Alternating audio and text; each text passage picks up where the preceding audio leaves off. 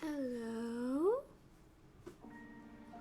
Do do do do do do. Oh gosh.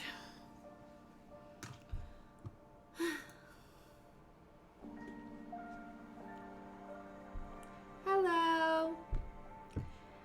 Gosh. Oh, I didn't even turn on my actual lights. This is kind of cozy, cute vibes. Should we go like? I feel like this is a lot. Do we have a cozy stream? A cozy, no light stream? Hello, everybody. That wait, hold on. Let me say hi to everyone. Hi, hello, Kuba. Hi, Thug. Hi, Nerf. Hi, Shadow. Hi, Trouble. Hi, Rev. Hi, Valtoy. Hi, Shogun. Hi, Leonardo. Hi, Ryder. Hi, Rich Toku. Hi, Chief Beef. Hi, Dave. Hello, everybody. Hello. How are you? Super bright for a second. Yeah, like, do we like the? I think. Hold on. Let me see if I can dim these. Maybe we can get an in between. I kind of liked the cozy vibes, to be honest. Can you believe that this is the lights at 7% brightness? Like, why? I feel like these lights are so aggressive. Oh, okay. What about this? Do we like this? I mean, okay, well, we could always have the lights on. Also, if you're curious, yes, I did do my makeup differently today.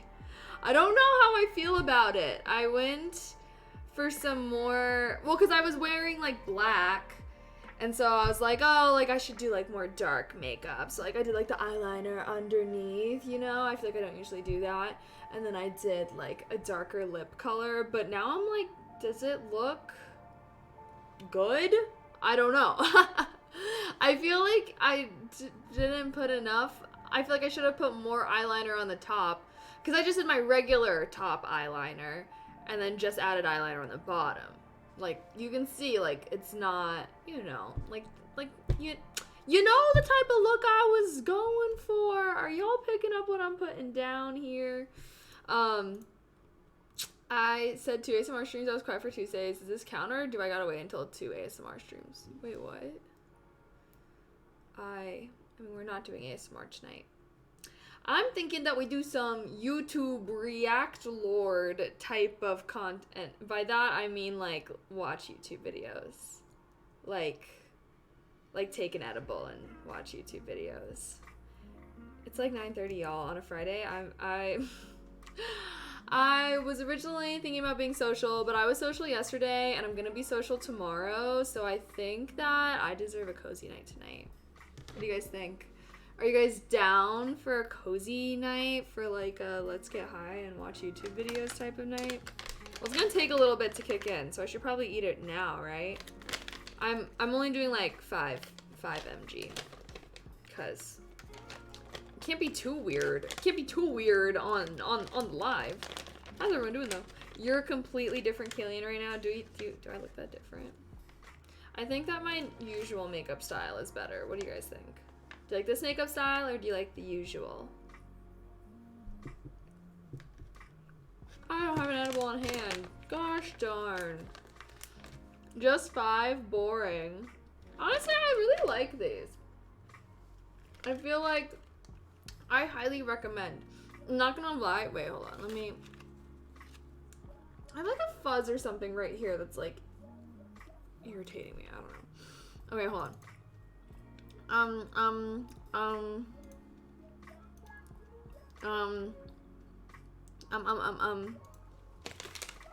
I got these because they said laugh. And I was like, oh my gosh, I want to laugh. So I bought them, and I'm not gonna lie, I feel like I be cracking up. I'm not gonna lie. Like, it was not false advertising. So, you know, I feel like if you like to have a good time, I highly recommend. I feel like, wait, 100 grams? Yeah, fuck no. I feel like for me, I don't really like, I don't know. I feel like this is me for most, like, substances.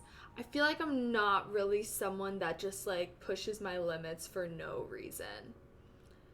Like, if I find a dosage that I like, I'll stick to that dosage.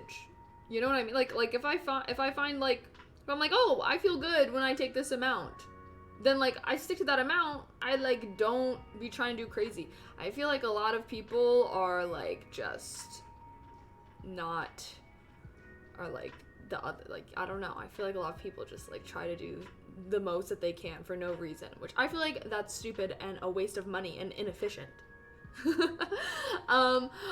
Hotchner, thank you so much for the sub with Prime. Thank you. Mwah, heart. Hi, Chenzo. Hello. Or Chenny. Do you go by Chenny now since you have a new username? Hi, creator. Hello. Hello. Hi, everybody. Is this a rerun? No, I'm live right now. Sorry, I'm not reading every single chat message in time. I apologize. Chenzo Betta. As I was gonna say, I was like, I don't know if I could adjust to suddenly calling you Chenny. Like, Chenzo, I like the Chenzo vibes better. Kaylee's in a rager for real. I feel like it's just, like, why? I don't know. Like, I just think that stuff is pointless. And I also think with, like, weed and stuff, it's like, if I do too much, like, I just get tired and go to bed.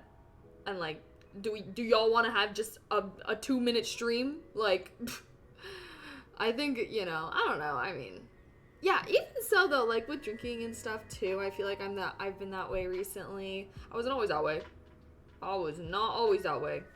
But, you know what I mean? Like, I feel like once I get drunk enough that I'm, like, happy drunk and having fun, then I'm like, okay, like, I'm gonna switch to water now. Like, I don't feel like there's any point in really pushing your limit when you, like, already reach a level that you're good with, right? The smell of weed is the part I struggle with. Oh, well, you can always, like, do edibles. Like, these are mango flavored. Tangerine flavor. They're really good. They don't smell like anything. Honestly, I think that weed smells good, though, to be honest. I hate my house smelling like it. Well, you don't have to smoke. Yeah, you can literally... Or you can just, like, go outside. I feel like most people don't like to smoke inside their residences. Which makes sense, you know? I think it also depends, like, what you're smoking out of as well. Well, reading not gonna get better after that edible. What do you mean? Honestly, I feel like I read high a lot. Oh, cheers for the hydrate.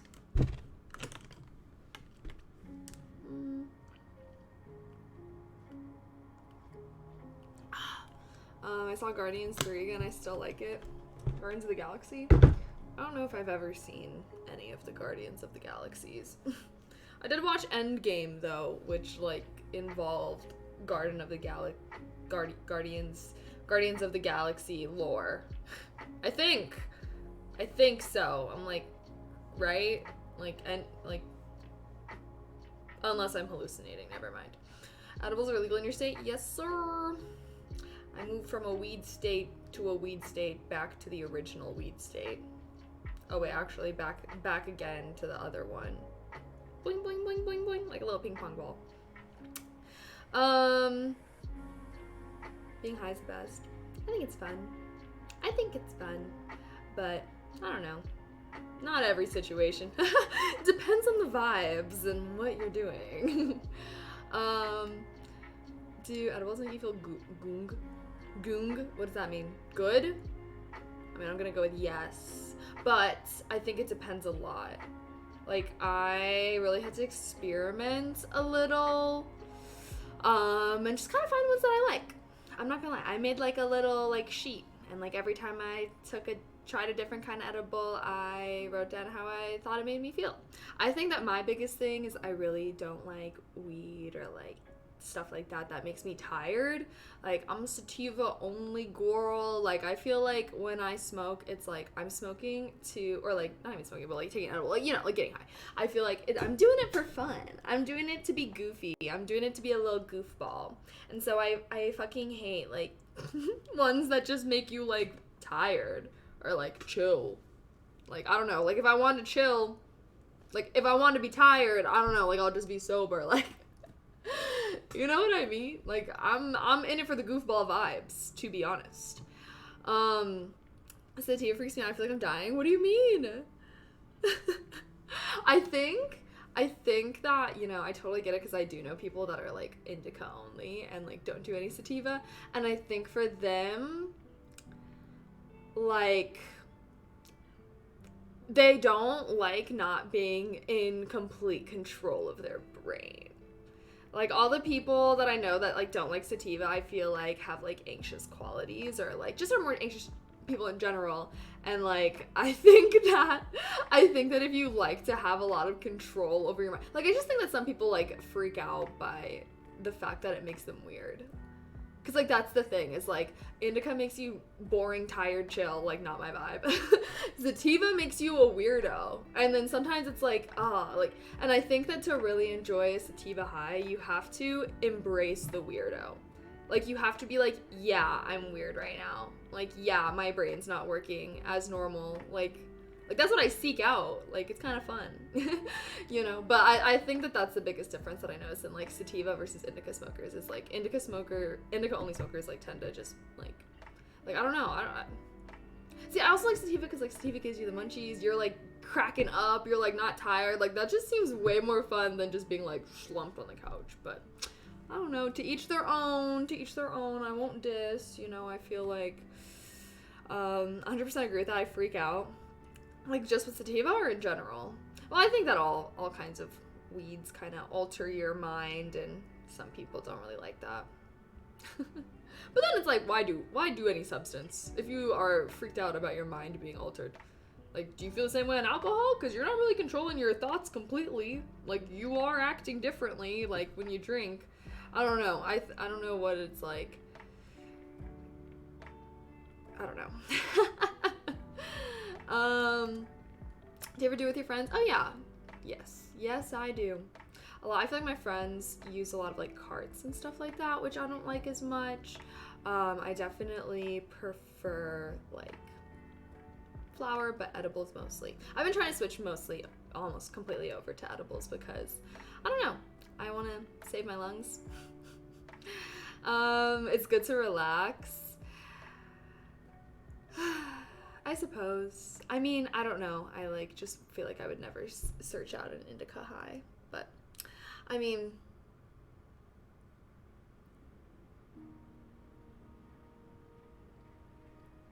I feel like, I don't feel like I'm not relaxing when I do sativa.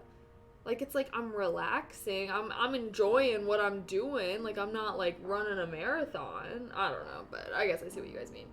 The real question is, guys, what music videos, what YouTube videos, just videos in general, should we watch tonight?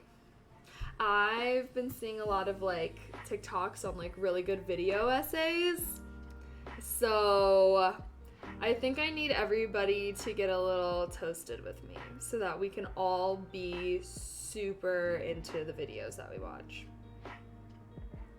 Yeah? Yeah? Who's with me? I won't peer pressure you, though. Don't do anything illegal. You know, this is an optional, participation is optional. You know, no peer pressure, you know, just like if you want to do it, like with me, like that would be fun. You know, that would be fun. So if you got a little Eddie, I just took mine. You can take yours. Maybe we'll kick in at the same time. Or you can just like straight go for it. Eat a handful of mushrooms, just like random mushrooms. Yeah, I was like walking in the city the other day, and I walked like by the CBD shop, and it was like mushroom chocolates, and I was with my friend, and she was like, oh my gosh, I want to go in and like check it out. So we went in, and she like asked them about it, because it's like, what, like, is that even legal here for them to like sell like shrooms? But it was just some random kind of mushroom. Like when she asked them, they were like describing like what kind of mushroom it was, and it was literally just like some random mushroom. Like it wasn't like psilocybin. Like it was just like they just used some toadstool ass mushroom put it in chocolate and we're like advertising it as like mushroom chocolate. It's like, what the fuck? Like, I feel like that's like, I don't know, like that should not be allowed. I feel like they were like, yeah, it's like the mushrooms that look like they're from Mario. They're like red. They're like red with the white dots on them. I'm like, y'all just using some random ass Mario toadstool ass mushrooms. What the fuck? I don't know. That's just me. I don't know. Like, anyone else feel like that's just, they're scammers? Like that's scam. Like, that's scam behavior. Anyways. He does like interviews. David, who? Huh? How was my day? My day was good. I actually had a pretty chill day. I went out with my coworkers yesterday, so I woke up a little bit hungover, which is like why I had like 2 drinks. I had 2 drinks. I was stumbling, and I woke up hungover.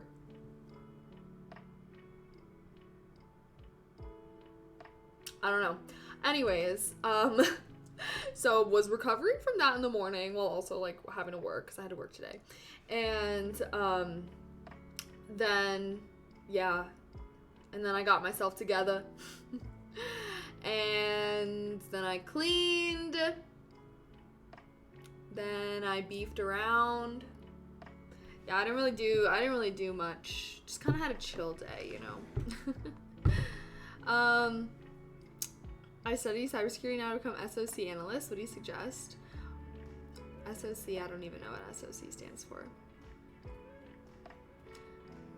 What's that? Should I know what that is? I rock these. Thank you so much for the tier 1. Happy 22 months. Holy cow, you are getting so close to 2 years. Thank you. Oh, also guys, I did post a new vlog. I would very much appreciate everybody that watched it. Watches it. Will watch it. Everybody that yeah. Watch it. Watch it, mofos. Watch it all the way through. But excuse me. Oh my goodness. It was the vlog from when I went to Cali. Let's see how the video's doing. Let me take a gander. Okay, 600 views. Yeah, we can get a lot more if everybody in here watches it. So I'm expecting to see approximately 400 more views. Let's hit 1,000. Go.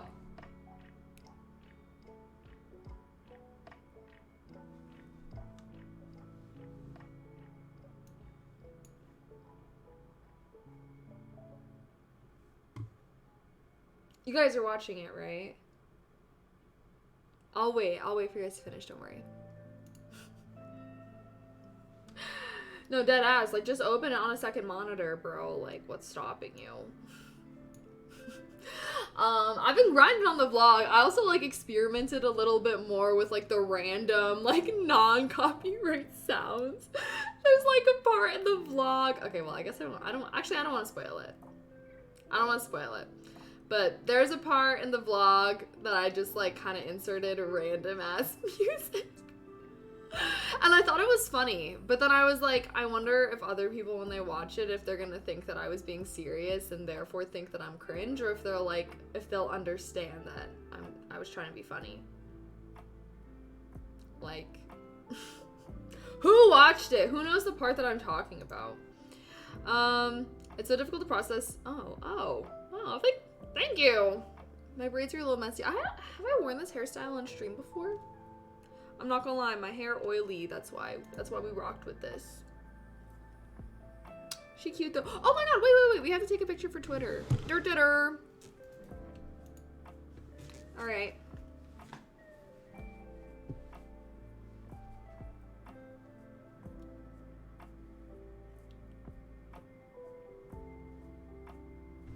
Okay. I mean, one of those have to be good, right? There had to be one good frame in that little video. How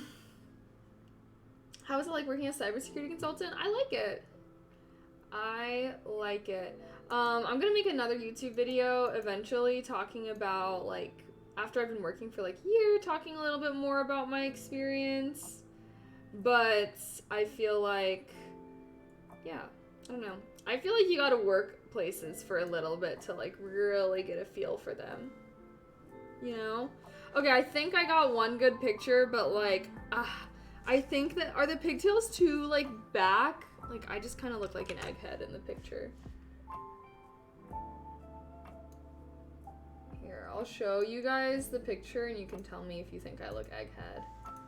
Like, be honest. I need the braids to be seen so I don't look this egghead. Like, I just look egghead as hell. Maybe, should I wear my glasses?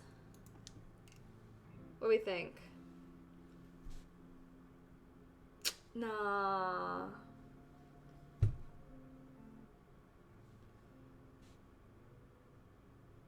Here, let's try. Let's try some new poses. Or let's try like another. Should we like one shoulder like... Wait. Let's bring them out a little.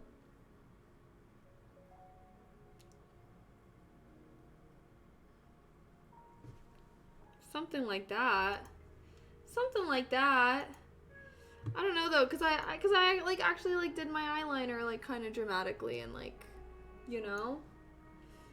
Well, actually, oh yeah, I'm probably not gonna wear them actually, just cause I'm gonna be wearing my headset, and the headset glasses combo is just not it. It's just not it, you know? Like, what is up with that? What is up with, like, the fact that it's just hell on earth to wear glasses and a headset? One time I did say, though, like, oh, I wish they made headsets for people with glasses. And then someone said, that's headphones. But I don't like things going inside my ear holes like that. Like... You know, like, I don't know if I have, like, small ear holes or something, but, like, when I wear my AirPods for a long time, my ears hurt. Like, my ears hurt. Like, I don't know how, like, I cannot be wearing AirPods for more than, like, a couple hours. So, does that mean I have small ear holes? Do y'all's ear holes hurt when you're wearing, like, AirPods or, like, any earbud that goes inside your ear hole? Like, it always, like, hurts. Not, like, hurts right away, but, like, hurts if I'm wearing them for longer than, like, 2 hours or an hour or two or something, like, I don't know. Oh wow. I don't know, actually. Sorry, I'm doing a take 2.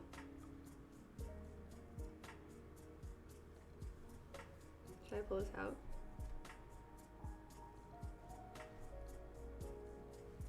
Meow, meow, meow. Earbuds are for losing and planting the ground into AirPod trees. Oh wow. Yeah, for real? Some earphones come with smaller ear cushions. Yeah, but like, I feel like no matter what, they're gonna be uncomfortable. Like, when are we as a society going to be inventing technology where, like, I don't have to have something clog in my ears?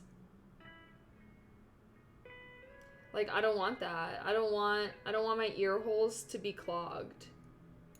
Like, I just want to listen to whatever it is I'm listening to. Guys, I think that I'm just going to go with no glasses. But here, I'll ask you guys' opinion per usual. I feel like I'm not good at, like, judging myself. Okay, yeah, we're gonna go with no. What do we think?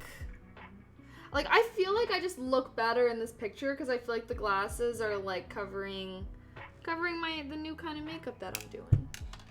You know, because I experimented a little. So I kind of want to show off my new, not my new, but like, but my hair does look better in the glasses one. Okay, here, let's do a poll. Which one looks better? Glasses or no glasses? I can't decide.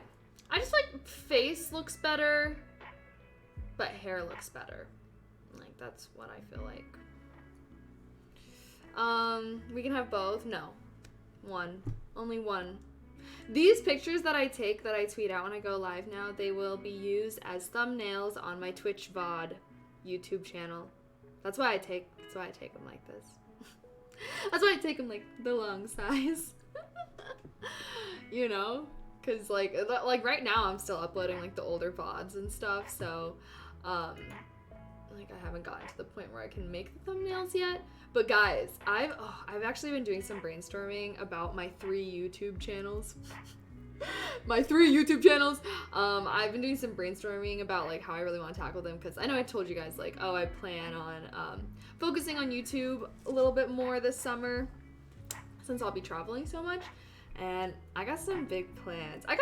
Basically after I move to my next place, I will be setting these plans in motion. Okay, it looks like no glasses is really winning though. Like, right? I feel like there's something about the look. Like, yeah. Okay. There's still some time left in the poll, but I don't know. This is a big enough gap that I accept the win of the no glasses. Okay.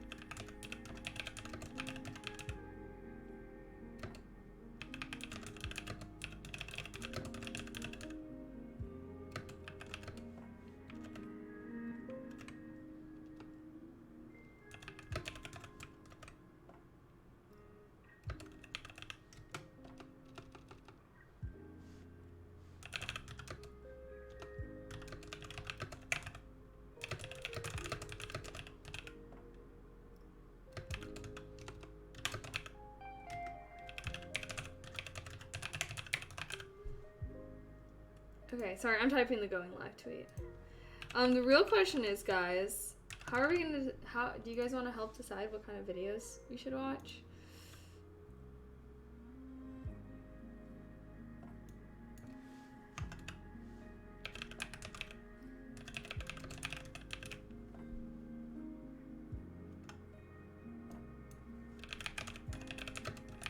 Sorry, I'm like, how do I phrase this tweet?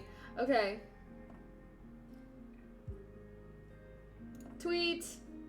Tweet is tweeted.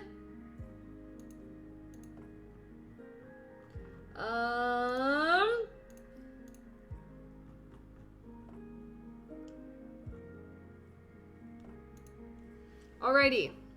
Okay. Is it a brainstorm with only one brain? Yeah. Yeah. Like, one individual can brainstorm. Like, it's like your brain is storming. Like, I feel like a brainstorm doesn't necessarily include multiple brains. I'm gonna say no, glasses looks more natural, but glasses look more, how do I say this? Natural. I don't understand how glasses affect whether I look natural or not. But fair enough, I suppose. 10 out of 10 vlog, Miss May. Thank you. I feel like, yeah, I need you guys to let me know what you think. Go comment on the video so I can boost my engagement. But genuinely, I feel like I'm trying to learn the best way to edit vlogs. I don't know if it's like, I don't know. I'm experimenting a little. I did some like little random sounds and whatever like in the video, and I've been experimenting more with text and whatnot, but I feel like I've been getting better. I think that you can tell like a skill improvement on this new vlog from the Sedona vlog before. A tweet on Twitter has been tweeted. Yes. Please play Spore 2. Shut the fuck up. There's a Spore 2. Where? Huh? Spore 2? Do tell more.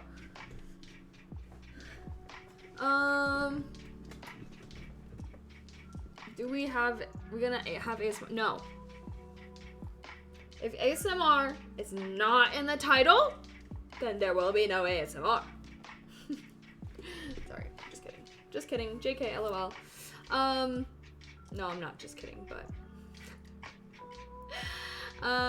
influencing the net, like that's, okay. Fair. I think, I suppose.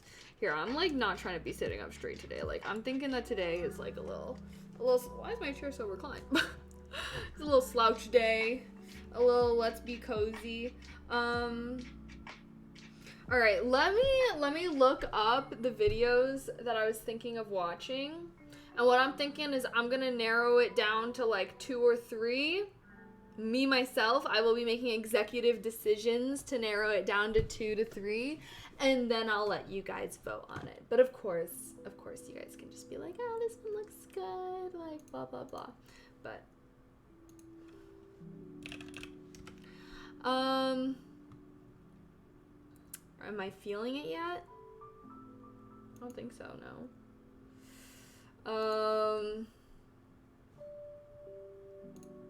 Okay, found one.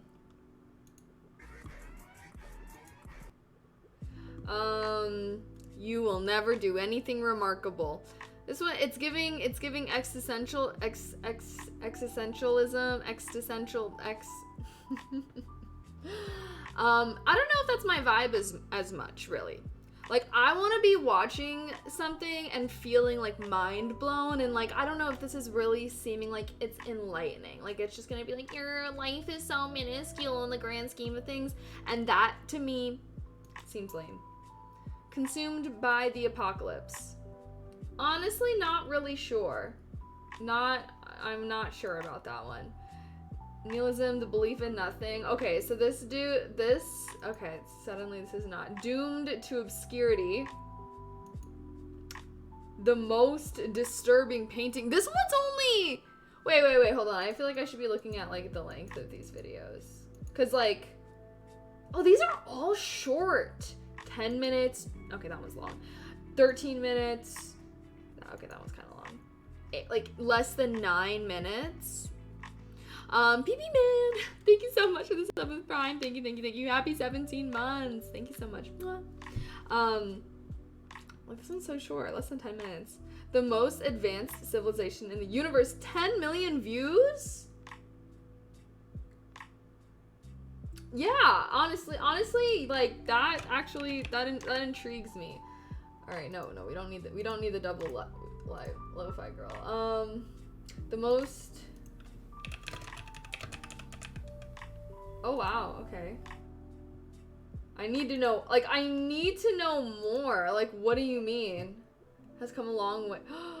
See, okay, I'm not gonna lie, like, I actually do like kind of, I don't know how to explain it, like they're basically like what if, like sci-fi what if, like type of like YouTube videos where it's like, you know, it's like fictional, but it's like, what if?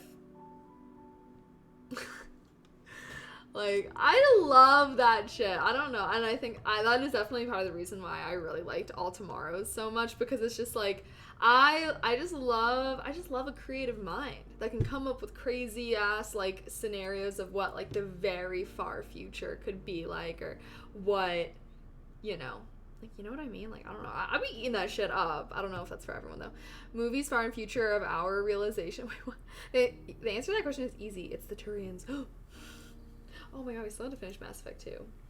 Yeah, well, since I was going live later, I didn't want to do a gaming stream because I was like, I don't want to stay up too late tonight, but we'll see. Okay, let's see. What else? Searching for the 5. Not too long. Artificial loneliness.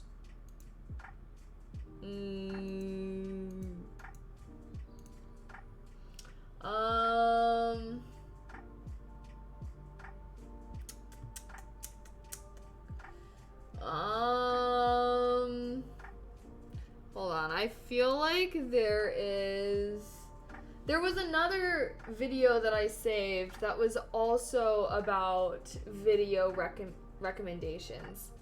I know that one of them was sympathy for the villain. That video looks good.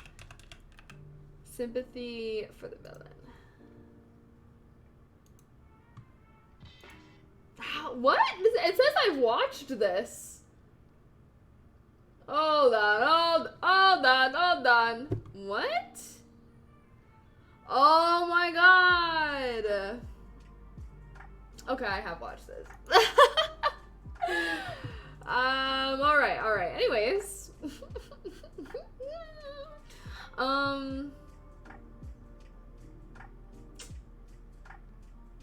God damn it. Oh, I found it. Okay. Okay, so this was another video essay recommendation. Info hazards. This was the one I've already seen. Okay. Why any solution to the Drake equation is scaring him out of the answer. What is the Drake equation? Who knows? Somebody explain it to me right now. The unfulfilled potential of Minecraft. Pursuit of Wonder is the best. Someone just said that. Okay, wait, which one is that? Utopia, the perfect amount of awful. The Great Silence. I don't know. Portal cracks in the system. The terrible paradox of self-awareness. That's by the Pursuit of Wonder.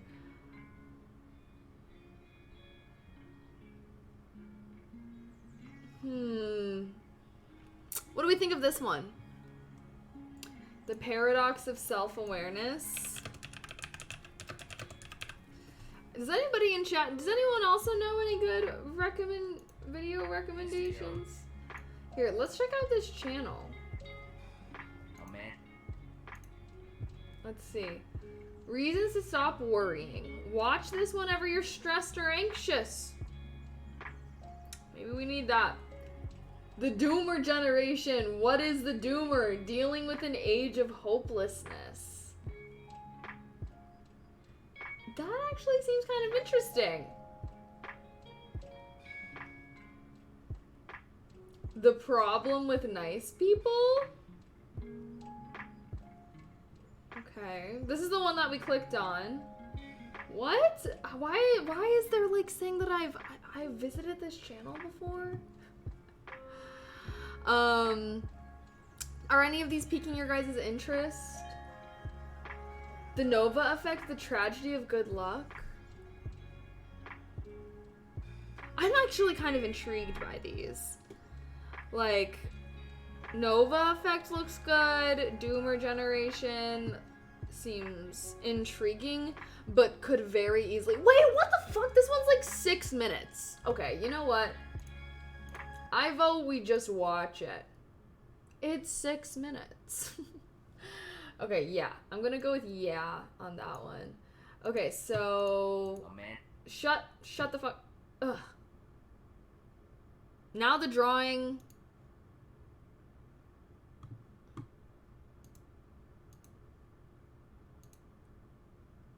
Anyways, where can I find those video suggestions, please? TikTok. This is a TikTok that I bookmarked to come back to later. I guess let's finish. The Desire to Not Exist. I have yet to finish this anime, so don't want to see any spoilers. Halo Reach. An existential dread. Sorry, I've never played Halo. Sorry.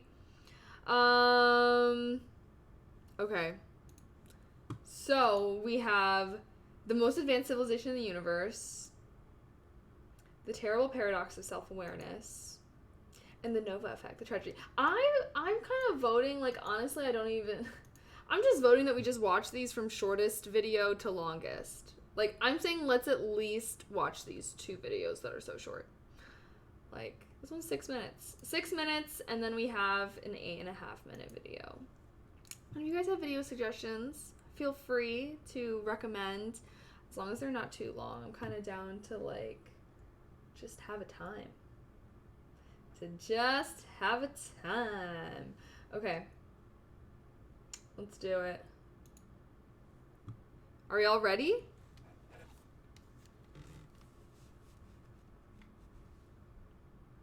This one's only 6 minutes, so I feel like it, you know, it's gotta be good. It has so many views.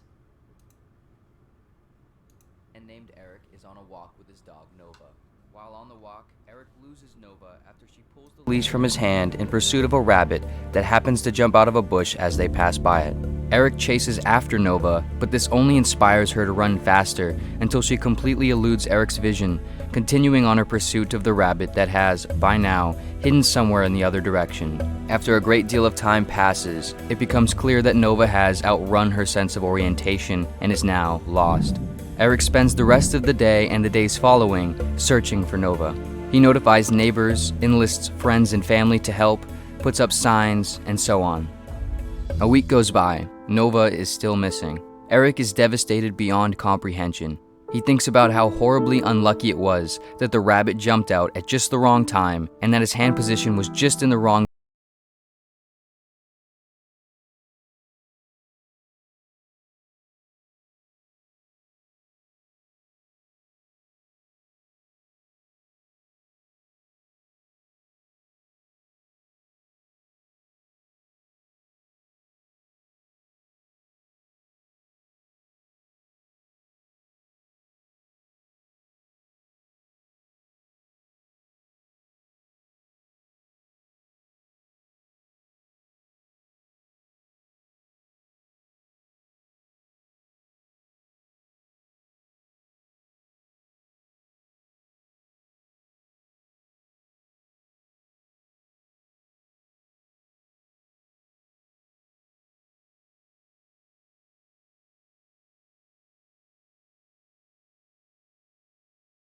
pick up Vanessa. While driving through an intersection, Eric is T-boned at full speed by a driver who distractedly runs a red light coming from the perpendicular side street. Eric is knocked unconscious as he and his car are sent in a thrashing 1080-degree spin. An hour or so later, Eric finds himself in a hospital. A doctor informs Eric of what has happened and explains that he has suffered a severe head injury and that they will need to run some immediate tests as well as a brain scan to determine the severity and if there's any chance of permanent brain damage or internal bleeding. As his consciousness begins to more clearly return to him, Eric thinks about how unlucky he was to have been going to get Vanessa in the exact direction at that. I don't know if I know what's going on. Okay, wait, also, okay, I do know what's going on. But also, sorry, I am actually just been inspired. Because I just saw somebody ask what the name was. And I saw someone, like, watch a YouTube video where it was like this.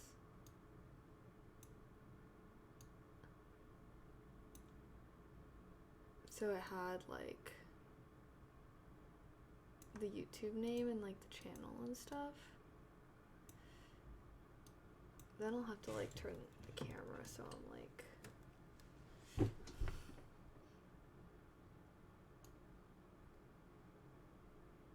do we hate this? Do we hate this setup? Do we hate this chat? I feel like At exact time. He's furious at the possibility that his life could be ruined by this one random happenstance. Eric is held overnight at the hospital. The next day, the doctor comes into Eric's room. "Eric, how we doing?" the doctor asks. "Fine, a little fuzzy, I guess," Eric replies. "Yeah, I would certainly imagine. You took quite the smack," the doctor says. "Yeah," Eric responds. "So, I've reviewed the CT scan, and I have some bad news, and I also have some good news." Confused, Eric says, "Okay, I guess I'll take the bad news first." "Well, technically they're sort of the same piece of news," says the doctor. "What do you mean?" Eric asks with an escalating level of concern and confusion. "The bad news is, we found what appears to be a glioma in your brain." The doctor pauses for a moment and Eric looks at him, unaware of what this means.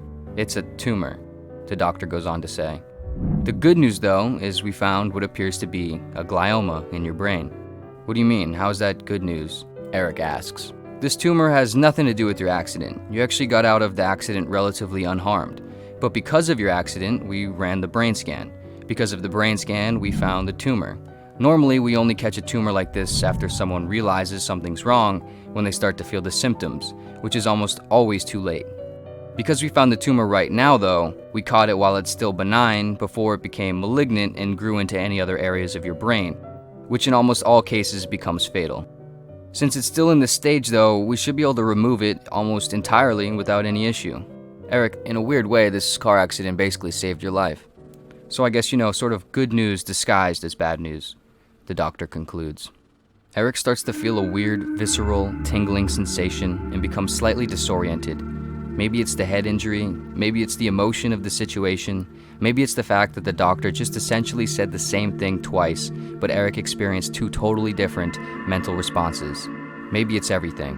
Regardless, Eric looks around at the room. He thinks about how lucky he was to have been going to get Vanessa in the exact direction at that exact time. He thinks about how lucky he was to have gotten in the car accident. He thinks about how weird it is to think this. For something so bad to be so good, and for something so good to be so bad. In this moment, Eric realizes how little he knows about what anything actually is. That he has never and can never know what exists on the other side of anything that happens to him or because of him, no matter how good or bad, lucky or unlucky any of it might seem. Eric feels a strange, paradoxical sense of helplessness and liberation. About a week later, Eric undergoes brain surgery to remove the tumor. The surgery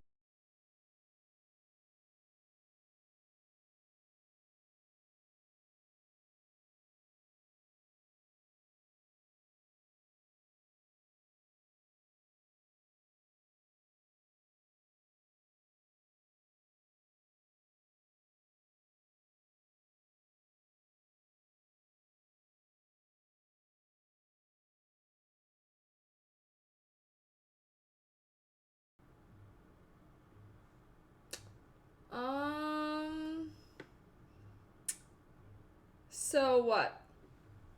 So my takeaway is, just look on the bright side of things. That was it. That's what I got. And honestly, like, I already do that. Like a little too desperately, some may say. Some may call it also like delusional a little bit, but like, I just personally don't like being upset about things, so I'll just like, twist it into something that doesn't seem so bad. But I don't know. What'd you guys think? Crazy thing is things like that happen all the time, but you wouldn't know. What do you mean? Things like what? Well, that's pretty pog. I mean, yeah, I guess it was a good idea. I think it's just basically like,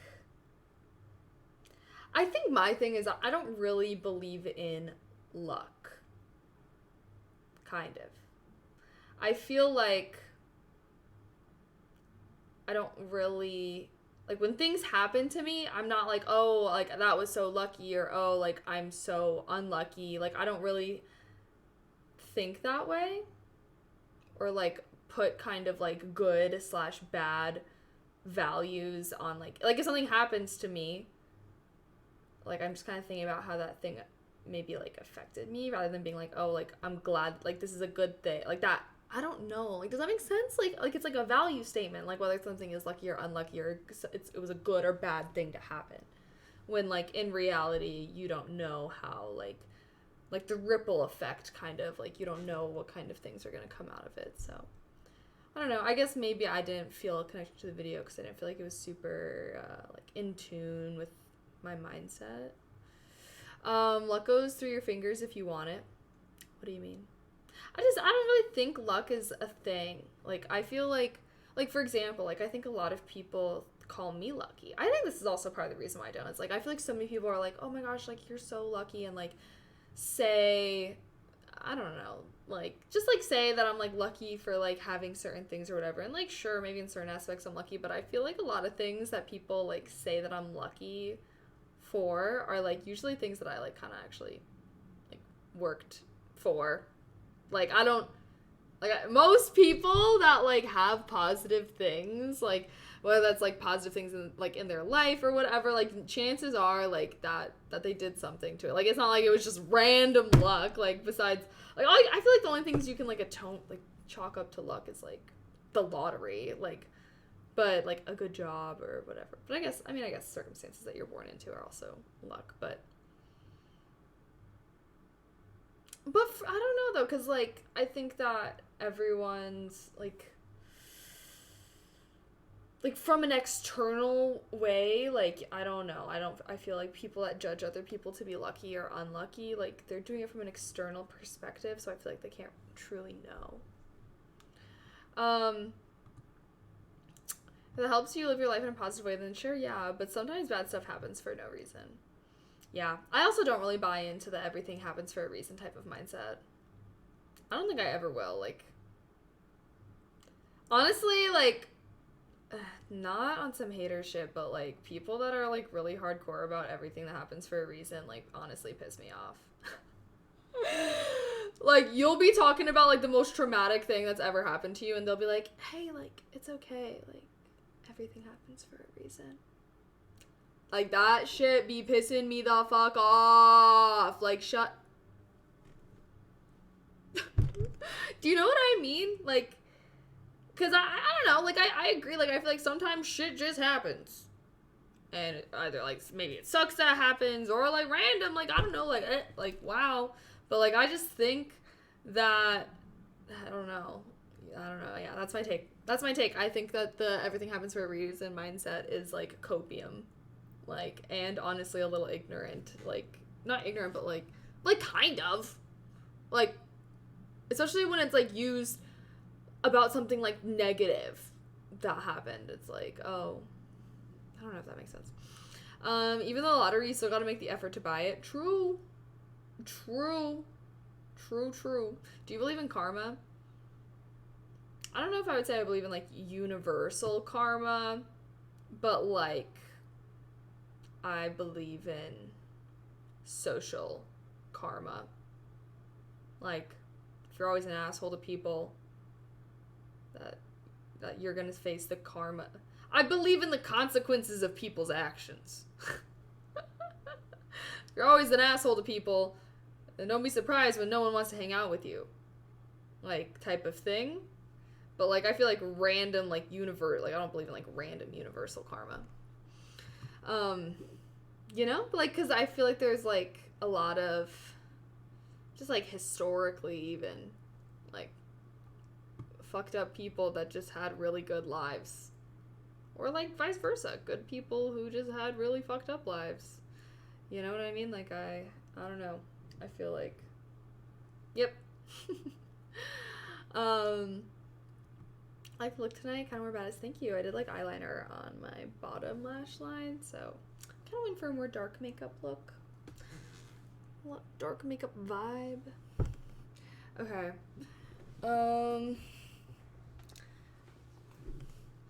Let's see this next video. Why is it, like, Long Boy? Do you guys see this? It's, like, Long Boy. I don't know. Wait a minute. You got that long hair and a tight little shirt. I got that. You'll never go out of style. Ah! Oh. Okay, this one is the most advanced civilization in the universe. I'm honestly not entirely sure, like, what is about to be going down in this video. So, I guess we'll see.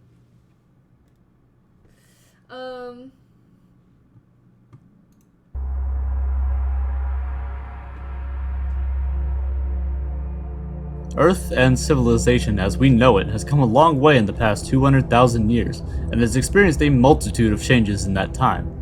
The human species has only existed for a mere 0.0015% of the immense 13.7 billion year age of the universe. However, humanity has conquered some of the most daunting tasks in that time period. We have come from hunting and gathering in the fields of Africa to colonizing the entire planet in a time period that is relatively a blink of an eye on the cosmic level. Some of the greatest minds to ever exist have helped push modern civilization forward and achieve goals that were once thought to be impossible. In just the past 150 years, we have gone from being stuck to the Earth's soil to landing on our closest cosmic neighbor, the Moon. Humanity's success is nothing short of spectacular, but on the universal scale, we may be rather insignificant. What would happen if we met an advanced alien species with technology more advanced than we could ever imagine?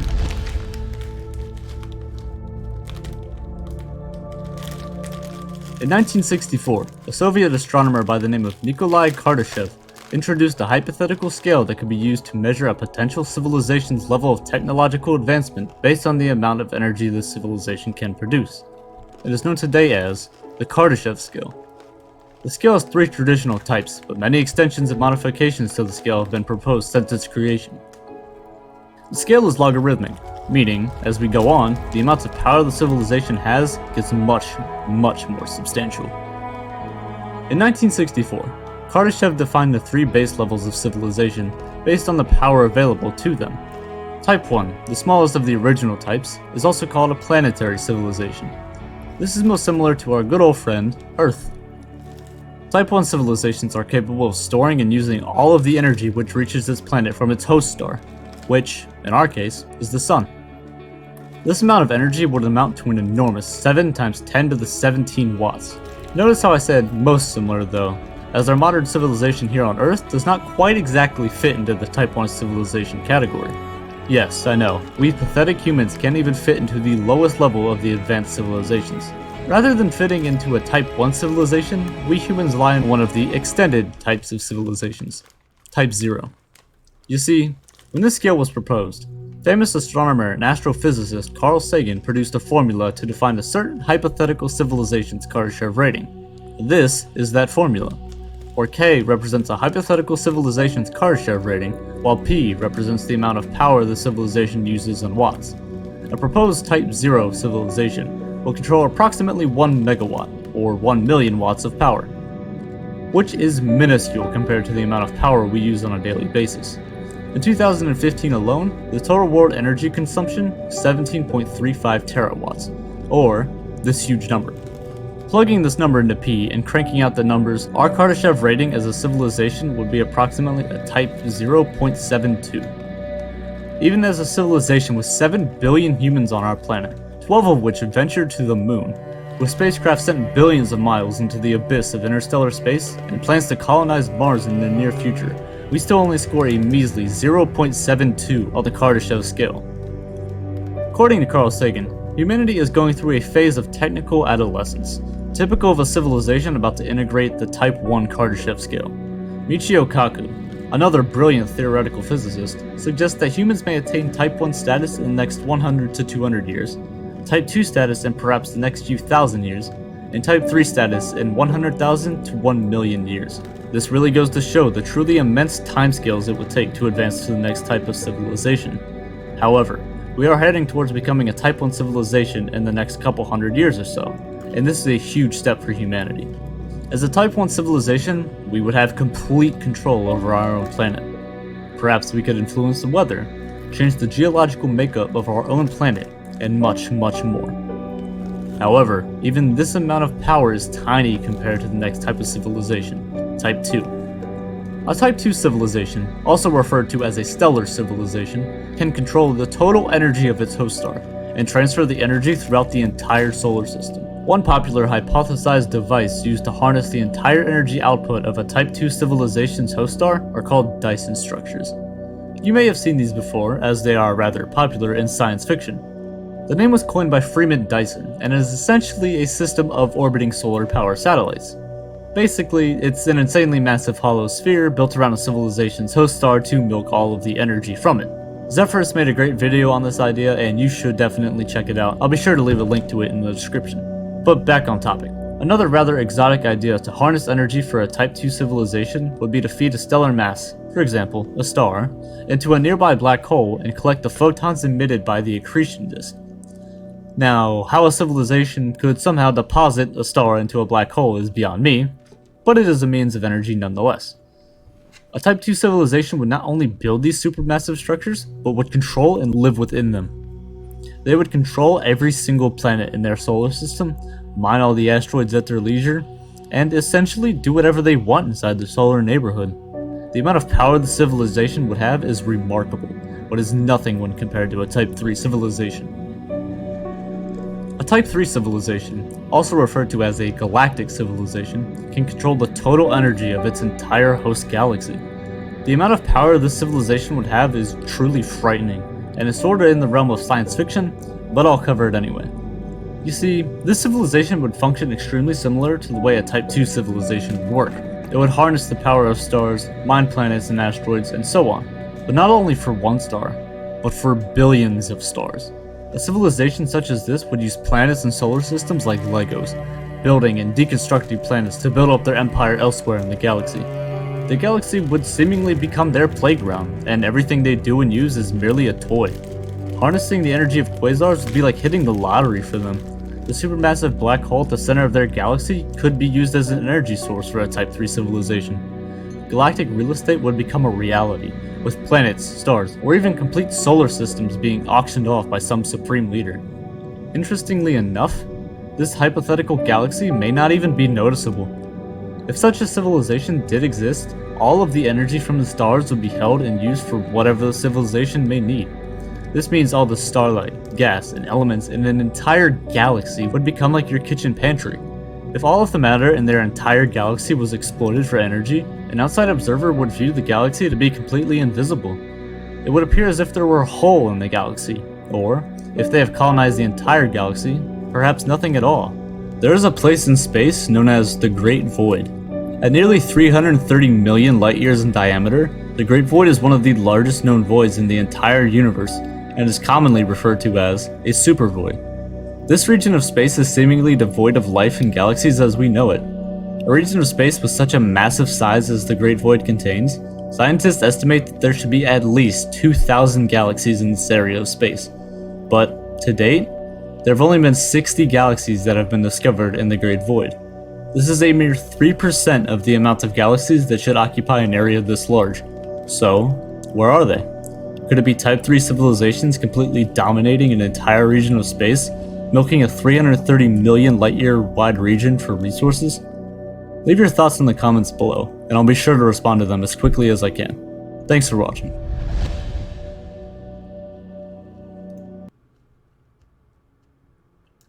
Okay, I already knew about the Kardashev scale. Sorry, hence me not paying attention. What do you guys think though? Do you guys like it? Yeah, I don't know. I don't feel like I was learning anything new. The cosmic scale, what's that? I'm kind of down to watch some like space. What are we thinking? Are we thinking like, oh, we like philosophy or like science or like science fiction? What kind of vibe are we feeling for the night?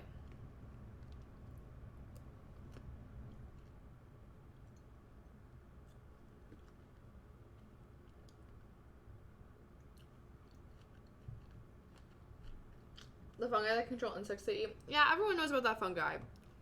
Lame. I need to learn about something new that I've never heard of. Or I just need my brain to be tickled.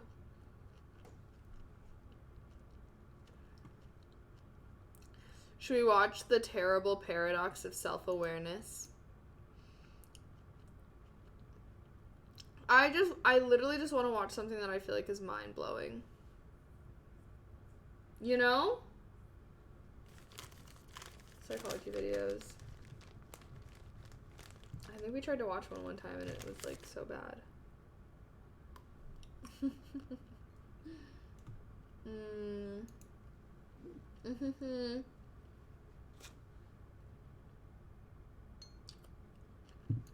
What is this channel? Cool Worlds.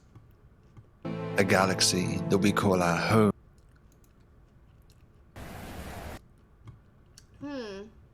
Some bad news.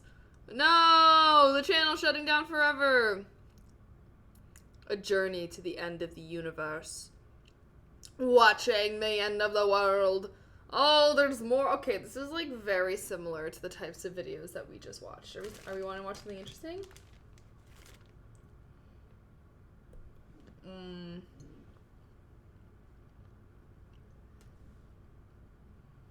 Yeah, I don't want to commit to a super long video, to be honest. Could there be lurkers watching Earth? I don't know. See, the thing about these types of videos is, like, it's, like, hard for them to actually be good. Like, I feel like most of the time they're not that good, you know? Usually videos that have high views, though, are usually, like, I do be judging off the number of views. Okay, so we have the Doomer generation. I'm, like, kind of intrigued. Okay. Here, chat. I'll let you guys choose. Oh. Anyone not... Well, here. We'll do a poll. If you frequent... We'll do a poll. So, who is the Doomer dealing with an age of hopelessness?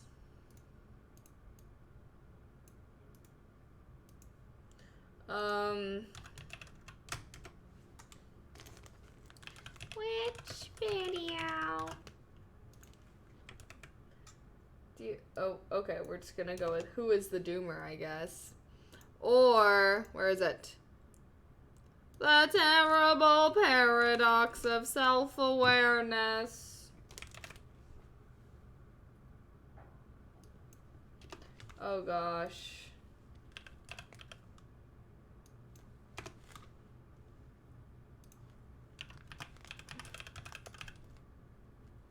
Okay, vote, vote, vote, vote, vote, vote, vote, vote, vote, vote, vote, vote, vote, vote, vote, vote. Okay, we have the terrible paradox of self-awareness, or who is the Doomer dealing with an age of hopelessness. I think it's about Zoomers, but like Doomers that are like, the world sucks type of stuff, you know? Honestly, that one kind of is intriguing me. Like, I'm leaning towards the Doomer video, but I'll place my vote. I'll place my vote.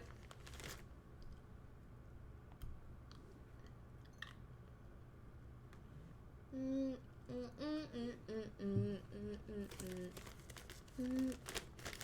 can't see the poll on the phone?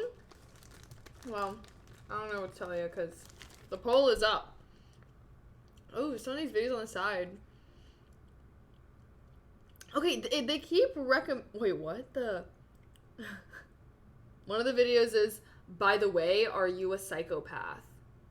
Maybe we should watch that one next.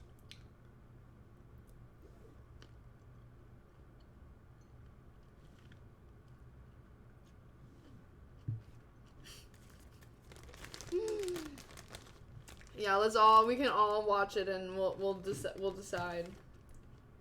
You guys can vote if you think I am.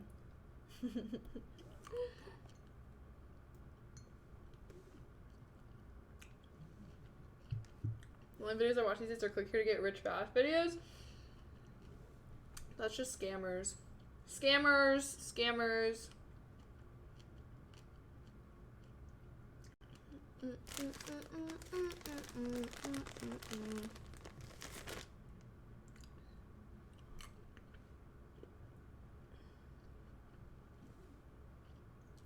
I do strategy and governance stuff.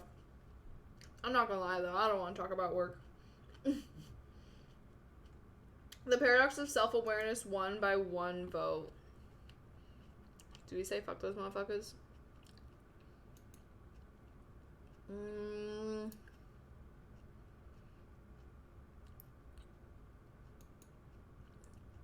Sure. We'll watch. Oops. is sponsored by Blinkist.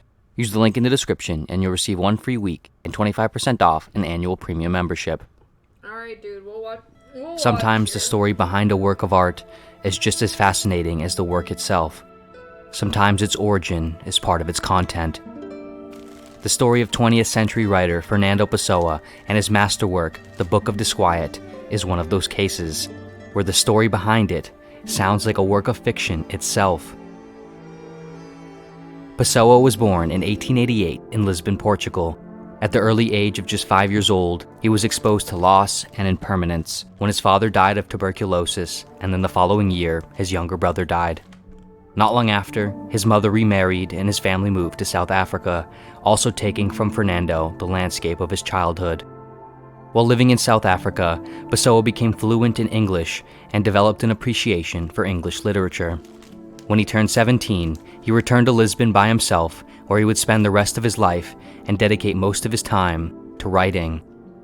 However, by the time he died in 1935, at the age of 47, he had only published a few books that went mostly unnoticed, and he essentially wrote in complete obscurity, unknown by anyone. But yet, he seemingly died knowing that he was a great literary figure, or at the very least, that he would likely become one. And in an almost unsettling prophetic way, he was right. So he was delusional. After his death, Pessoa's work, the manuscript of the Book of Disquiet, along with tens of thousands of other manuscript pages that are still to this day being edited, remain tucked away in a wooden trunk, unknown by anyone. It wasn't until 1982, 47 years after Pessoa died, eerily the exact same age of Pessoa when he died, that the Book of Disquiet was found and published. This book would go on to become what is widely regarded as one of the most unique and important literary works of the 20th century. Inside the book is a lifetime worth of Pessoa's reflections and musings about reality and dreaming, about tedium and selfhood, about the absurdity of being and the futility of doing, about the simultaneous complexity and simplicity of life, about the contradiction and paradox at the core of everything. The book is made up of a collection of fragmented vignettes written in a style somewhere between diary entries and poetry. There is no real linear order to the book, and it can arguably be experienced just as well backwards as forwards. Even more interesting, Pessoa does not claim to be the author of any of it. Rather, it is credited to a man named Bernardo Soares, an assistant bookkeeper from Lisbon, Portugal, as well as possibly a man named Vicente Guedes. Guedes and Soares, however, aren't real. They are characters Pessoa created to create the book. Found throughout the massive collection of all of Pessoa's manuscript pages are various pseudonyms, fictitious authors that he credits different pages and collections to. These authors aren't just different pen names though, they are different characters with different writing styles and personalities and views and backstories. Pessoa referred to these author characters as heteronyms, and there are around 80 that he wrote under throughout his lifetime. Thus, the Book of Disquiet is not exactly a non-fiction book from an anonymous author, but nor is it really a novel about a fictional character or story. It is somewhere in between. Because of this, it is often described as the weirdest autobiography ever written. Pessoa himself described it as a factless autobiography, or an autobiography of someone who never existed. The book's unique structure and style is, in many ways, an essential supporting leg of the book's themes. The use of heteronyms seems to reinforce a key philosophical theme throughout the work, the fragmented and illusory nature of the self. With incredible accuracy and poignancy that feels cathartic to read, throughout the book, Pessoa frequently describes the inherent alienation, disorientation, and loneliness associated with being a person. He wrote, "I don't know how to feel or think or love. I'm a character in a novel as yet unwritten, hovering in the air and undone before I've even existed, amongst the dreams of someone who never quite managed to breathe life into me. I'm always thinking, always feeling, but my thoughts lack all reason, my emotions all feeling. I'm falling through a trapdoor, through infinite space, in a directionless, empty fall. My soul is a black maelstrom, a great madness spinning about a vacuum, the swirling of a vast ocean around a hole in the void, and in the waters, more like whirlwinds than waters, float images of all I ever saw or heard in the world. Houses, faces, books, boxes, snatches of music, and fragments of voices, all caught up in a sinister bottomless whirlpool. And I myself, am the center that exists only because the geometry of the abyss demands it. I am the nothing around which all this spins. I exist so that it can spin. I am the center that exists only because every circle has one." For Pessoa, self-understanding, or perhaps the attempt to understand the self, is a free fall down a rabbit hole with a landing that kills you. And the impossibility of understanding and communicating one's internal experiences while on this free fall lends itself to a lifetime of disquiet and disorientation. Throughout the book, Pessoa also often discusses themes of tedium, futility, and meaninglessness. For him, everything is a sort of delusion. Life is a sequence of dreams. I've never done anything but dream. This and this alone has been the meaning of my life. My only real concern has been my inner life, Pessoa wrote. For Pessoa, there is no real point in doing or achieving anything. Reality as we experience it is as deluded and false and meaningful as the several dreams we had last night that dissolved upon awaking, never to be known or thought of again. Life is but a dream destined to be coated over with the fog of consciousness and forgotten upon the morning sunrise. Pessoa wrote, "If I write what I feel, it's to reduce the fever of feeling. What I confess is unimportant, because everything is unimportant."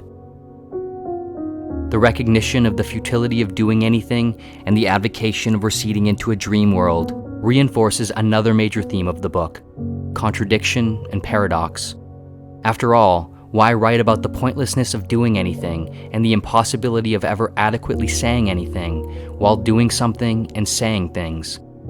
Perhaps, however, this does not speak to the incoherence of Pessoa, but rather speaks to what Pessoa might believe is useful in paradox. In medicine, certain preventative and preparation treatments contain forms of the bacteria or virus that cause the disease to... I feel like I'm just not like a nihilistic person.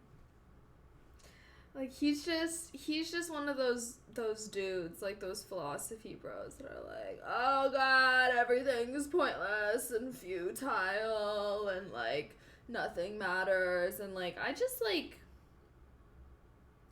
don't agree with that mindset at all.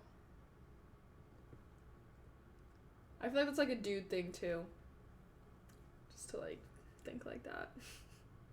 Like I feel like I don't know that many girls that be thinking like that, but I know a lot of dudes that have that kind of like mindset. Like, cause I just think that I personally think the opposite. Like, not like the opposite necessarily, because I would almost go so far as to say the opposite is like the everything happens for a reason motherfuckers I was complaining about earlier, but like I feel like everything matters. Like, you know? Like every experience that you have and every little thing that you do, like it all matters. Even just like little things like brushing your teeth or going grocery shopping, like you can find a way to like make those things be meaningful. It's just kind of like internally with yourself. You know what I mean? Like you gotta like I don't know, that's my take. So I feel like with like these kind of videos where it's just like, oh, like everything's pointless, like blah blah blah, like nothing, like I don't know, I feel like I just don't like, I just don't buy into that. Perspective is huge on how life is experienced. Yeah, like I just think that like I don't think I've ever really had like, I just have never really felt like life is meaningless, I guess. And that's not to say that life is always good. Like life can be bad, like whatever, but I just feel like everybody's life has meaning, and like every like especially I think what also is confusing to me of people that are like very nihilistic like this is just like they don't feel like their own life has meaning. Like what about like, you know, your family or your friends or like the people that you love or like the things that you do with your life? Like I don't know, like none of that has meaning to you, like at all. Like I don't know. That's what I feel like is a little confusing of just being like I guess I feel like if I were to personally be like life is meaningless and everything's meaningless, that would be like a disservice to the people that I love or like the people that love me, or just like even contribute positively to my life, you know? That's my take. How does this dude are human psychology and like the true history? What the hell are you talking about? If you act like that you're punishing yourself, the state of your life is controlled by you. Yeah, let people feel what you feel in a good and perspective way for all. Wait, what? What a surprise. Hi. Hello. Looking tan. I'm not really that tan.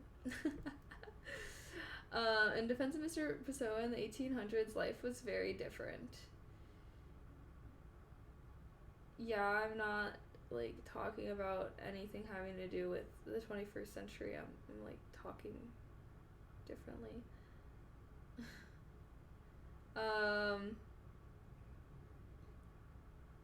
If you lose every single person you ever loved, I understand, but there's always someone to live for. I don't even feel like it necessarily has to be someone, but like something, like I feel like if for whatever reason, poof, everybody in this world disappeared, like I'd probably still fuck around. I'd be like, wow, like I don't have to pay taxes anymore. Let me go take a hike. Let me go do, like, I don't know, like I just think that the experience of living is like almost like I don't know, because like you never know what's gonna happen in life, you know, like just because things suck at like one point in time doesn't mean that they won't get better. And I guess that's why I feel like there's always meaning in like going forward, continuing forward. Do we want to watch this video though? Like I'm sorry, but like nihilism is just so boring and lame to me. Are y'all attached to this video? I mean, I guess like this is also nihilistic. Who is the doomer dealing with an age of hopelessness?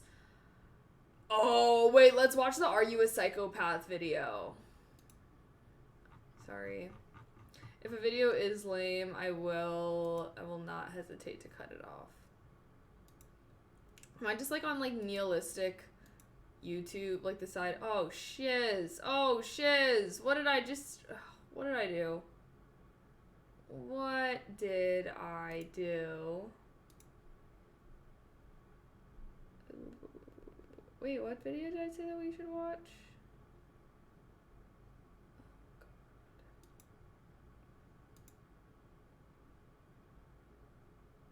Oh, it's Are You a Psychopath? Come on. If you frequent... No, I clicked on the video again and now it's recommending me more doomer content. What the fuck? I've never even heard of this. Ah, damn, of course. The video freaking disappears into the abyss. Mother trucker. Come on. From doomer to bloomer, my story. How to deal with depression. What the fuck? All right. You click on one doomer video, you watch one nihilistic video, YouTube is like, you are depressed.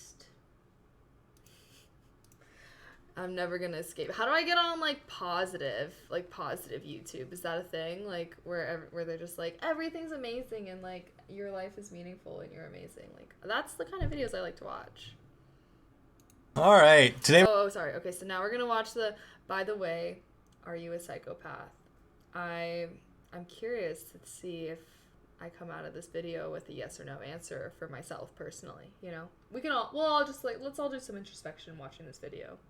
We're going to be talking about, are we a psychopath? You guys can actually figure out whether you're a psychopath or not by answering a couple of riddles. You can determine whether you're a psychopath or not by looking at how you answer the question. Okay, everybody have pen and paper? Let's answer these fucking riddles, and we're all going to record our answers, and then we're going to have everyone send their answers in chat, and I'll share my answers before we, like, see what they necessarily mean. Alright, what is this test? Let's give it a try. So there's a list of questions that you would have to answer in order to figure out whether you're a psychopath or not. And just to let you guys know, this is not anything scientific. This is just kind of for funsies' sake. So if you do get them right, don't worry about it, right? We'll see. Now this first one, it's kind of messed up, but it's an easy question. Now there was a little kid, and he got presents from Santa Claus. He got a soccer ball and he got a bicycle, but the kid was not happy. Why? He could have had more stuff? Is this multiple choice? No, it's not multiple choice. Oh, it's not multiple choice? My answer was, because it wasn't what he wanted. Oh, so we just say whatever comes to our mind? Yeah, you guys just gotta figure it out. Oh, wow. Well, yeah, no, the kid wanted more stuff or something else. Kid's greedy. Yeah, I'm going with he wanted something else. Kids are greedy. What about you, Hosa? The kid knows that Santa Claus isn't real and that Santa Claus is his dad. Okay, well, sorry, both of you guys are wrong. Dang it. Any normal person would say either the kid didn't like the present or the kid wanted more presents, but a psychopath will say the kid didn't have any legs. What? Interesting. What? Wow. This is so dark. So out of left field, Daniel. All right, next question. One night, a man goes out because he's thirsty to drink some water. After he finishes drinking water, he looks to the right and he sees a robber. Now this man runs away and goes and hides in the closet. Now if you were the robber that saw this and you had a knife in your hand, what would you do? Depends what I'm stealing. If I'm stealing something valuable, no witnesses. Yes, but what would you do? Tell me what you would do. I would pretend like I'm walking away. I would open the front door, close the front door, let him come out, stab him when he comes out. Easy, no witnesses. What would you do, Hosa? I would just get the hell out of the house. Someone saw me. Let's get out. Oh wow, Steven, you actually got that question right. So a Good. normal person would say they would open the closet and kill them, or they would just run away. But a psychopath will say they will wait quietly Oh Until- shit, really? until Oh my that God. person comes out and then kill them. Wow. Oh shit, I was actually saying that. Oh my god, okay. So, Steven, about that party next week, I don't think you should go. This video was not what I thought it was gonna be. Like, oh, y'all think you're jokesters? You're a jokester. So you're a goofy guy. Yeah, thanks. Not interested. Not interested. Alright. Okay, but I'm seeing slightly more positive videos on this side, but now they're just like so weird. My YouTube algorithm is just really confused.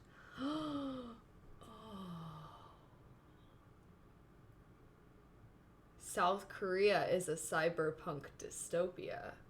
Why? Why is that so interesting? Why is that catching my eye? For the longest time, Dude only has 12,000 subscribers, but the video has 1 million views. It's good. I already know it's good. I already know. Alright. Say less. 3 months ago. It's not even that old. Longest videos of man claims in 2027. Sorry. I'm not a conspiracy theorist. Those days are long behind me.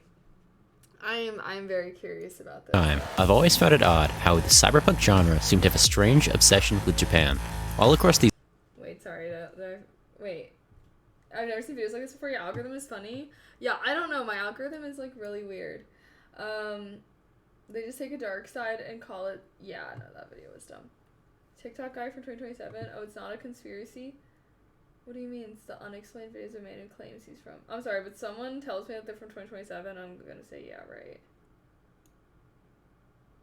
Like that's a conspiracy, right? Like that's like very within the definition.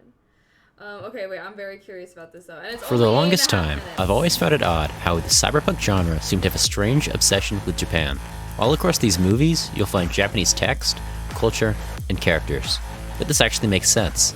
These movies date back to the 1980s, a time period where the rise and growth of Japan was crazy. Japan was undergoing an economic miracle. In a 40-year time span, Japan had gone from a small agricultural country to becoming the world's third largest economy. Japan was beating the US in tech, cars, and even video games. Japan's eventual surpassment of the US seemed inevitable. But of course, as we know, this didn't happen. The Japanese bubble burst, and Japan stagnated. And yet, you'd still continue to see Japanese influence in cyberpunk. But there's a country which I think fits the cyberpunk motif even better: Korea. It's always been a staple of cyberpunk media to feature massive, domineering corporations. Blade Runner has the Tyrell Corporation, Ready Player One has IOI, and Korea has Samsung. It's hard to overstate the impact that Samsung has on Korean society. Many think of Samsung as simply a technology company, but it is actually an incredibly diverse mega corporation. The Samsung Group has over 80 subsidiaries, the largest being Samsung Electronics, which makes everything you think of when you imagine Samsung. But there are of course a number of others, such as Samsung SDI, which is an energy company, Samsung SDS, which offers IT and consulting services, Samsung C&T, which is a construction company, Samsung Sports, which owns a variety of sports teams, Samsung Fire and Marine Insurance, which, you guessed it, offers fire and marine insurance, Samsung Heavy Industries, which is the world's second largest shipbuilder, and Samsung Life Insurance, which is not shady whatsoever. These subsidiaries of the Samsung Group make up roughly 20% of the Korean economy, which is absolutely absurd. This level of dominance over the country lacks any real comparison. It should come as no surprise that Samsung is also Korea's largest employer, employing 100,000 people across the country. Even the United States' largest employer, Walmart, makes up only 2.5% of the economy. The level of control Samsung has over Korea is insane. Just looking at it at a cultural level, if you were to ask a Korean primary schooler what they wanted to do when they grew up, more often than not, they'd say work at Samsung. Kids in Korea have it drilled into their brains that getting a job at Samsung is their key to a better and more prestigious life. This isn't an easy task, however. Children, even from an incredibly early age, know that if they want to work at Samsung, they'll have to do it very well in school and get into a prestigious university. Korean society places an incredible significance on education.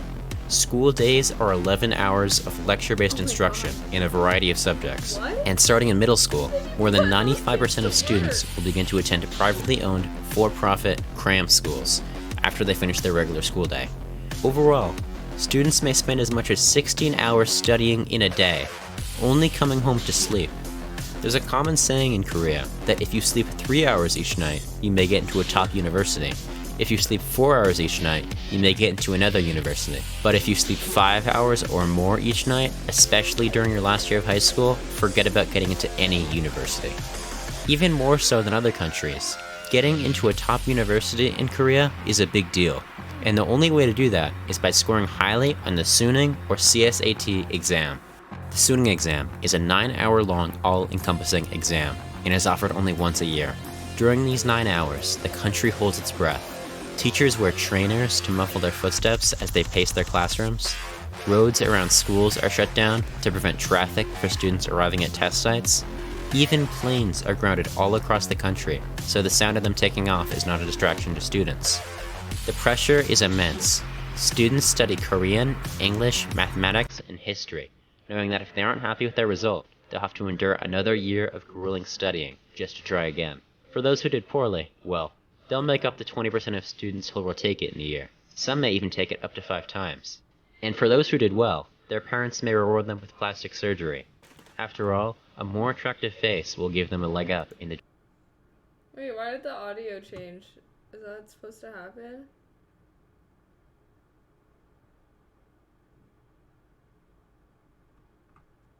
job market. This may seem insane for people in the West, but yes, this is true, and it's almost a cliche at this point. The average age of first plastic surgery procedure is 21, and up to 46% of female college students have had it. What? Has become it? What? Damn, imagine you get a good grade on tests and your parents are like, yeah, we can finally fix your ugly ass nose, bitch. What? Let's rewind a little bit though. And for those who did well, their parents may reward them with plastic surgery. After all, a more attractive face will give them a leg up in the job market. This may seem insane for people in the West, but yes, this is true, and it's almost a cliche at this point. Of course, there are others who may never be able to find success with Suning, and will be forced to look for a different path. Some may abandon their dreams and work in manufacturing, while others may try to become professional gamers, spending all their free time practicing in internet cafes. Some may even try to become K-pop idols, but even in the entertainment industry, there still exists this extreme work culture. When someone auditions to become a K-pop idol, they sign what's called a slave contract, where they agree to let a management company control every facet of their lives for years. It often takes years of incredibly intense training for a K-pop group to debut, and in that time, trainees are constantly monitored, having to follow an extremely strict diet, and are not allowed to be in a relationship. Trainees live together in dorms so they can be better monitored, and aren't even allowed to leave without permission. At any point, even after years of intense training, the management company could drop the trainee with no financial compensation. This extreme work culture, which propelled Korea onto the world stage as a major economy, is also slowly destroying it. Extreme overworking has caused a mental health epidemic, giving South Korea. For the longest time, I've always found it odd how the cyberpunk genre seemed to have a epidemic, giving South Korea the highest suicide rate of any developed country in the world.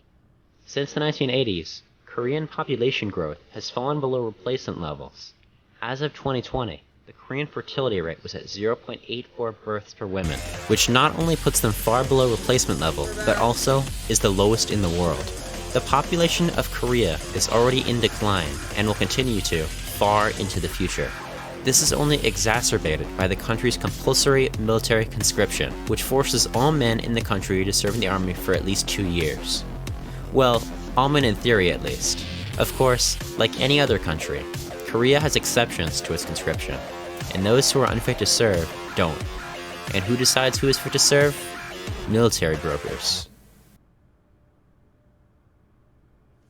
In August of 2022, after serving 18 months in jail, Samsung Vice Chairman Lee Jae-yong was officially pardoned for his heavy involvement in a bribery scheme with the previous Korean president Park Geun-hye, where Lee Jae-yong would offer over $38 million in bribes.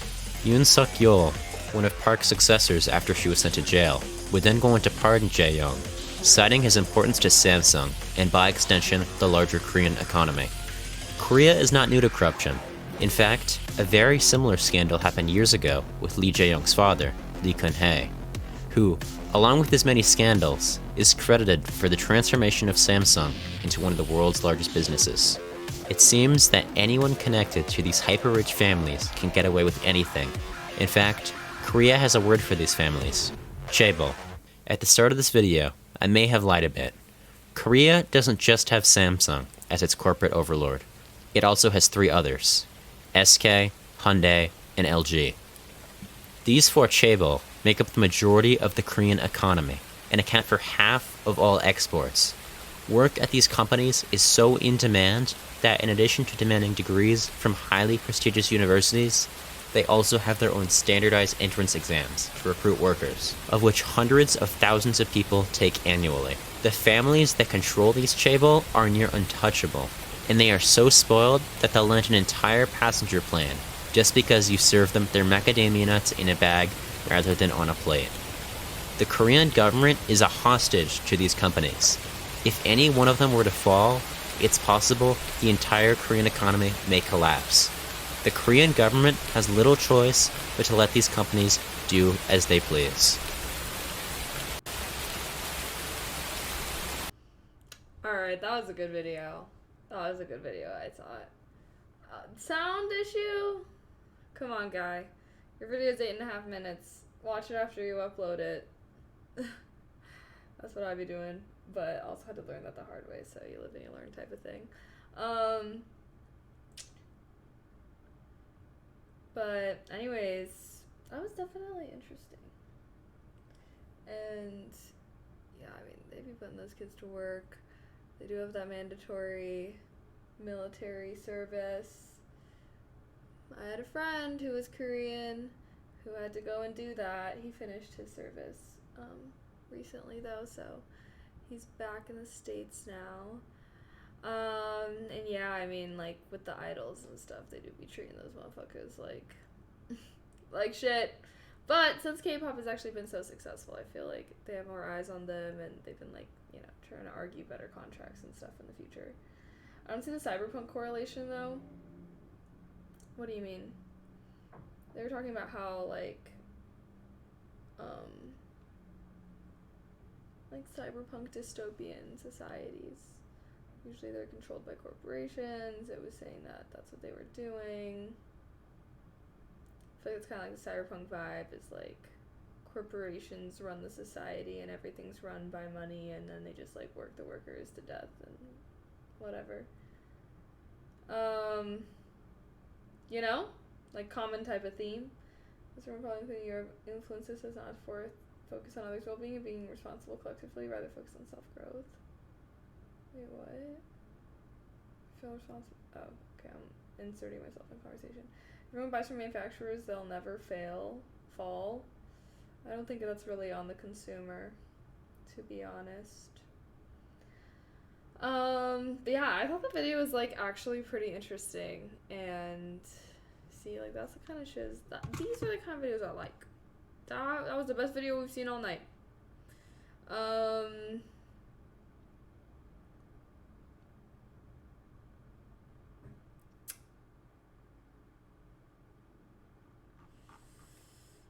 Drowning in entertainment, the age of distraction. Are you guys down for a longer video?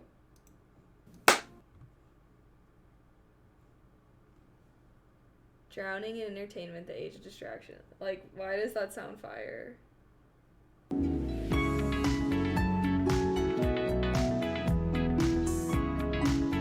Thank you so much for gifting tier 1. Thank you. Mwah. I appreciate that, Jason. Thank you so much. You're part of the problem, Kaylee? Me? What do you mean? What? Well, I guess we are watching YouTube videos right now, but you know, Homegirl probably will have a good, I've watched one of her videos before. We've watched some of her videos before, and they're really good. She's the kind of YouTuber I wish I could be, but, like, I'm not gonna lie, it's just a lot of work.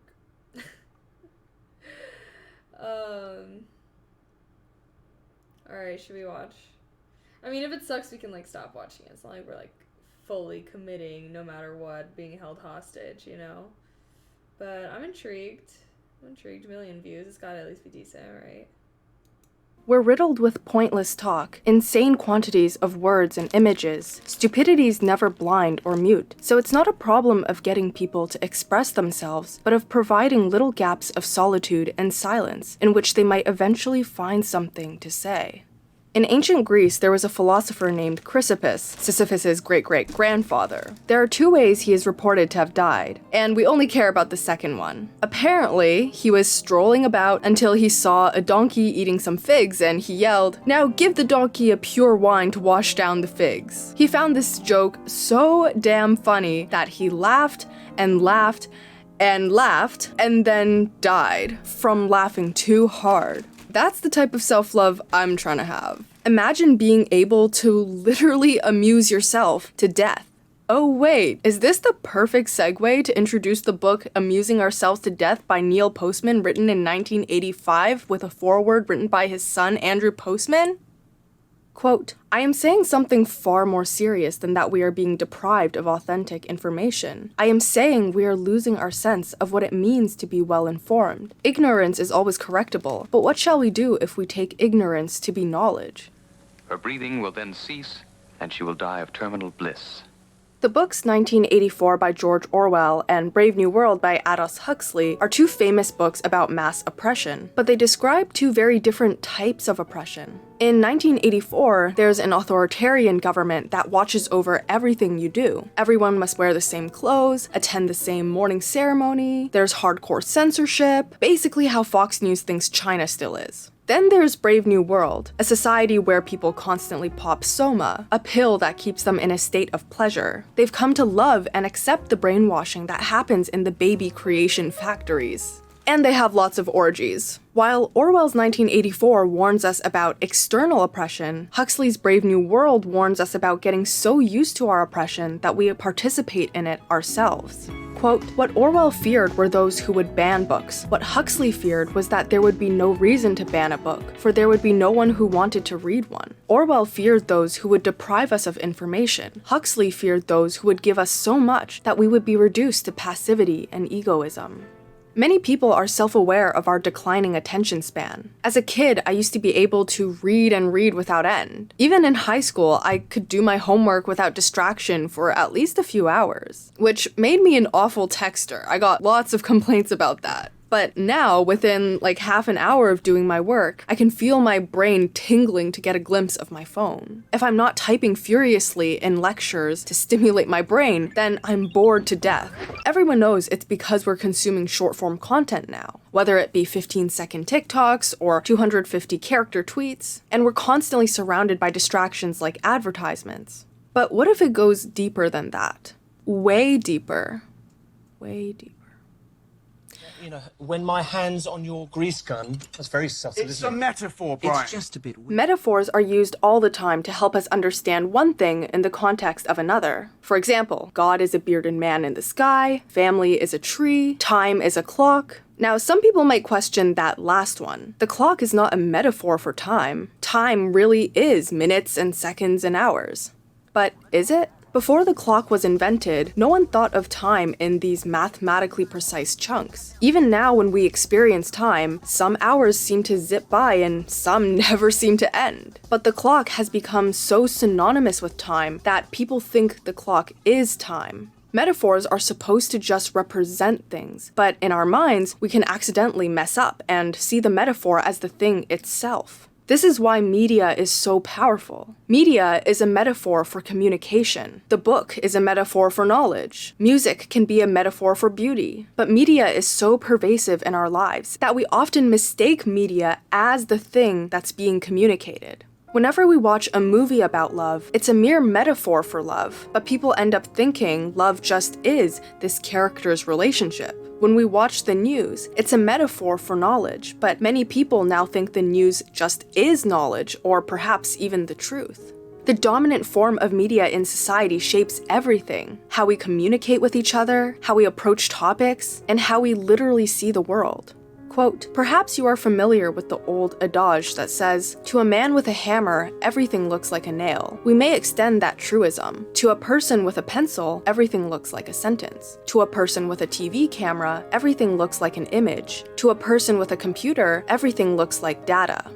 A new medium is not just an upgraded version of the old thing. A car is not just a faster horse. A light bulb is not just a more advanced candle. It doesn't matter that they were built for the same purpose. They are completely different from one another because the fundamental form of these objects have changed. Similarly, the computer is not just an updated version of a typewriter. The television is not just a moving version of photography. Changes in the form of technology literally redefine language and public culture. The invention of the car didn't just make us move faster. It's revolutionized how we plan our cities, how much we value nature, how we express our social status, and has even become a sex symbol. The form of every medium predisposes it to be used in some ways and not in others.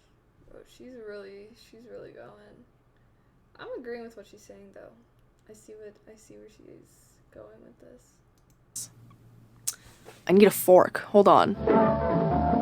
I can use a fork as a knife if I tried hard enough, but its form makes it much more possible to use it for picking stuff up, not cutting things, even though I could if I wanted to. Blech. I am talking right now. And with my verbal words and sentences, I can convey pretty complex ideas. I can explain Hegel's dialectic, or tell you every single tiny step in the digestive system. But can I still do that if my form of communication was using a lighter? Maybe if you gave me 10 billion years to spell things out in Morse code, sure, but realistically, no, I can't. The form of a lighter excludes certain types of content from being communicable. But maybe the lighter is better suited for communicating other things, like danger, or I really miss the 2010s indie sleaze aesthetic. Thus, the main form of our communication methods will favor certain types of dominant content. I feel like a lot of people still think we live in a print society, so text like books and articles and just words in general are our main form of communication. But I feel like we're either saying bye-bye to print being the main player, or we already have said goodbye. What we more accurately exist in is a visual audio society. What did you say? Americans in the 1800s were pretty obsessed with conquering space. #colonizer core. They worked really hard to extend railroads and make them move faster, but still, how fast information could move was limited by how fast transportation was. Then came the telegraph. Suddenly, information was free from the bounds of space. It's like words could just float through the air from one line to another. With the telegraph, New York and Louisiana could both hear about an affair that happened in Texas in a matter of minutes. Even though physically on land, New York is way farther from Texas than Louisiana, according to my very limited US geography. It created an interconnected country that was previously impossible. But this kind of caused a serious problem. People were like, whoa, I love not being able to wait. I just want to hear more and more right now. Over time, then, what mattered in the news was simply whether it sounded interesting, shocking, or new. Telegraph companies wanted to send information as fast as possible. The value of information no longer came from its usefulness in social and political decision-making. Think about how before we could talk to someone halfway across the world, newspapers could only report on local news, about people and events that actually had a personal relationship or effect on us. Oh my god, Johnny drowned in the lake? Poor boy. I remember seeing him at the candy store once. The mayor raised our taxes again? Well, fuck, let's go protest outside of City Hall. But the telegraph wowed people with the speed at which information could be transmitted. Speed became this extremely valuable feature of information. And so what mattered was how much information could be transported in the shortest amount of time. This began the true commodification of information as a thing. We clearly see this today with journalists fighting to be the first ones to write about breaking news. People on Twitter spreading the hottest gossip as quickly as possible, even when it's about the absolutely most irrelevant things ever. This causes a Not the jump scare. Not the jump scare. Wow, not the cameo I was expecting in this video, to be completely honest.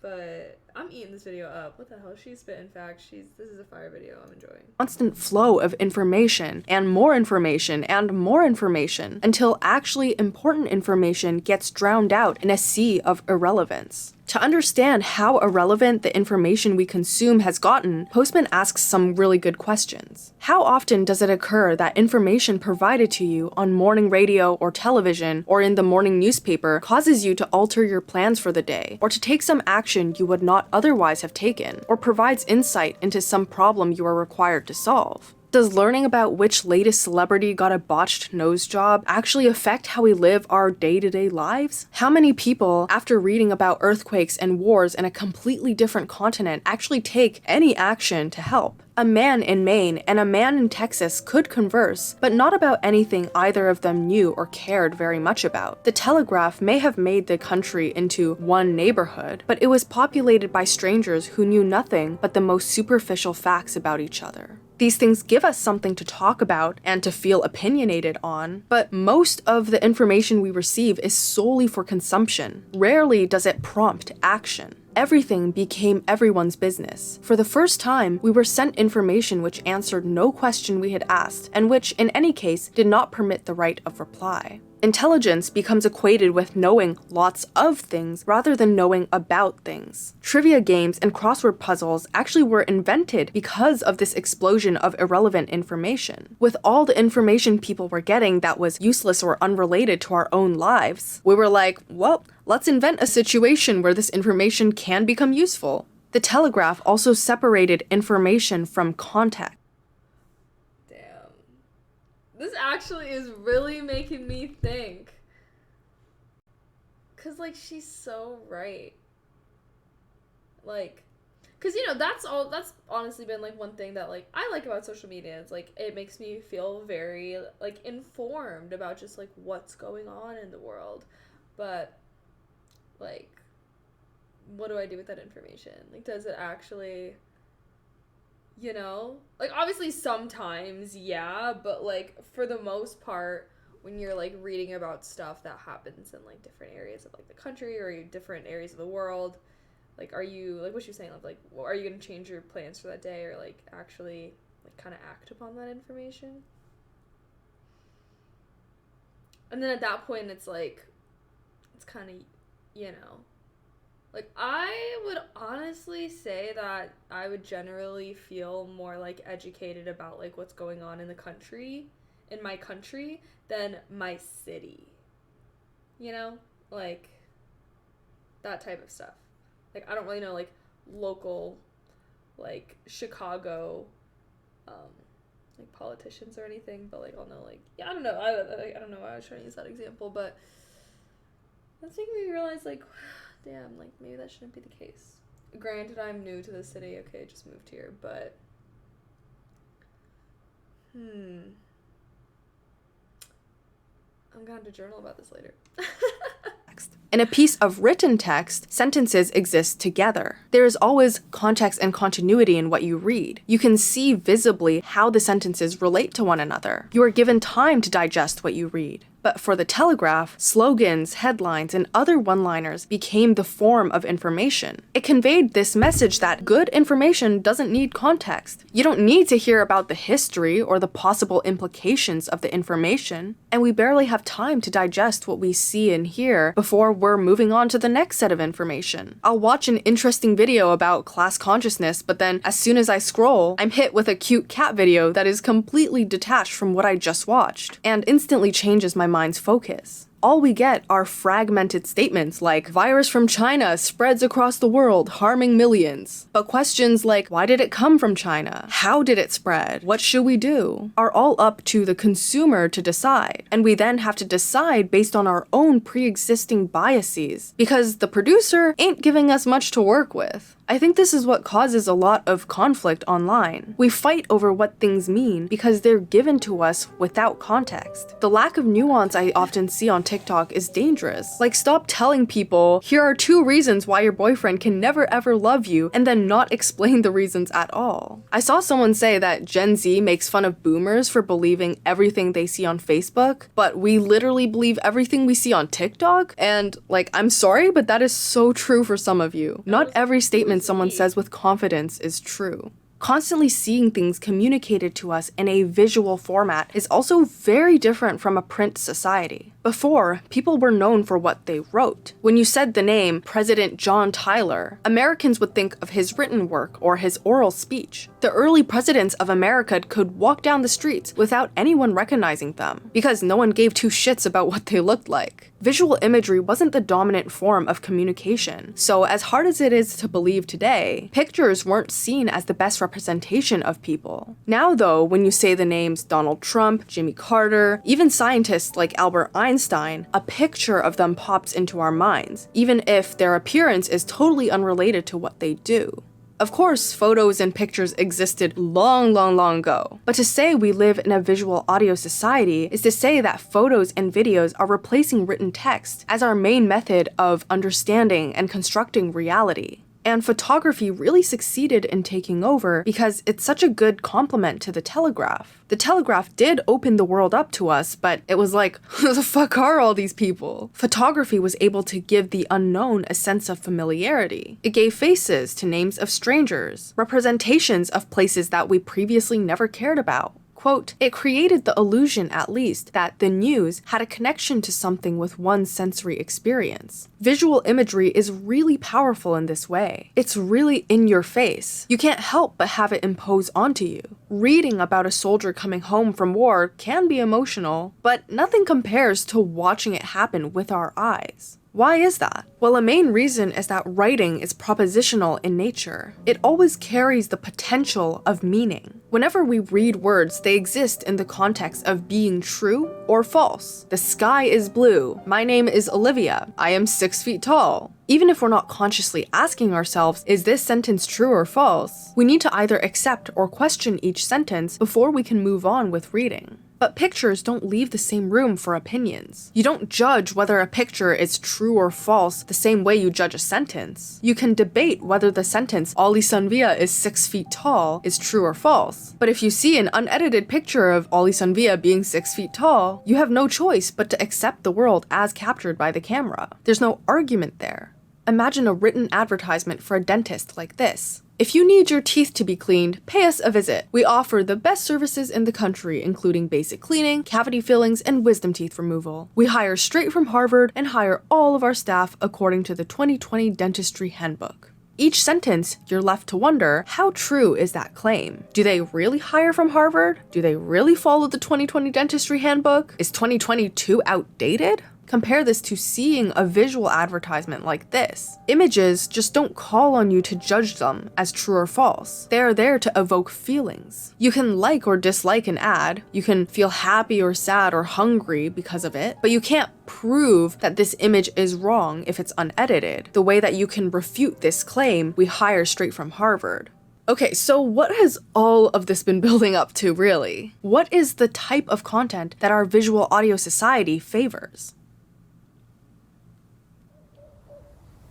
Do you ever give yourself this? What?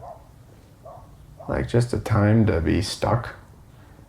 Like time to just sit and do nothing and... Not really.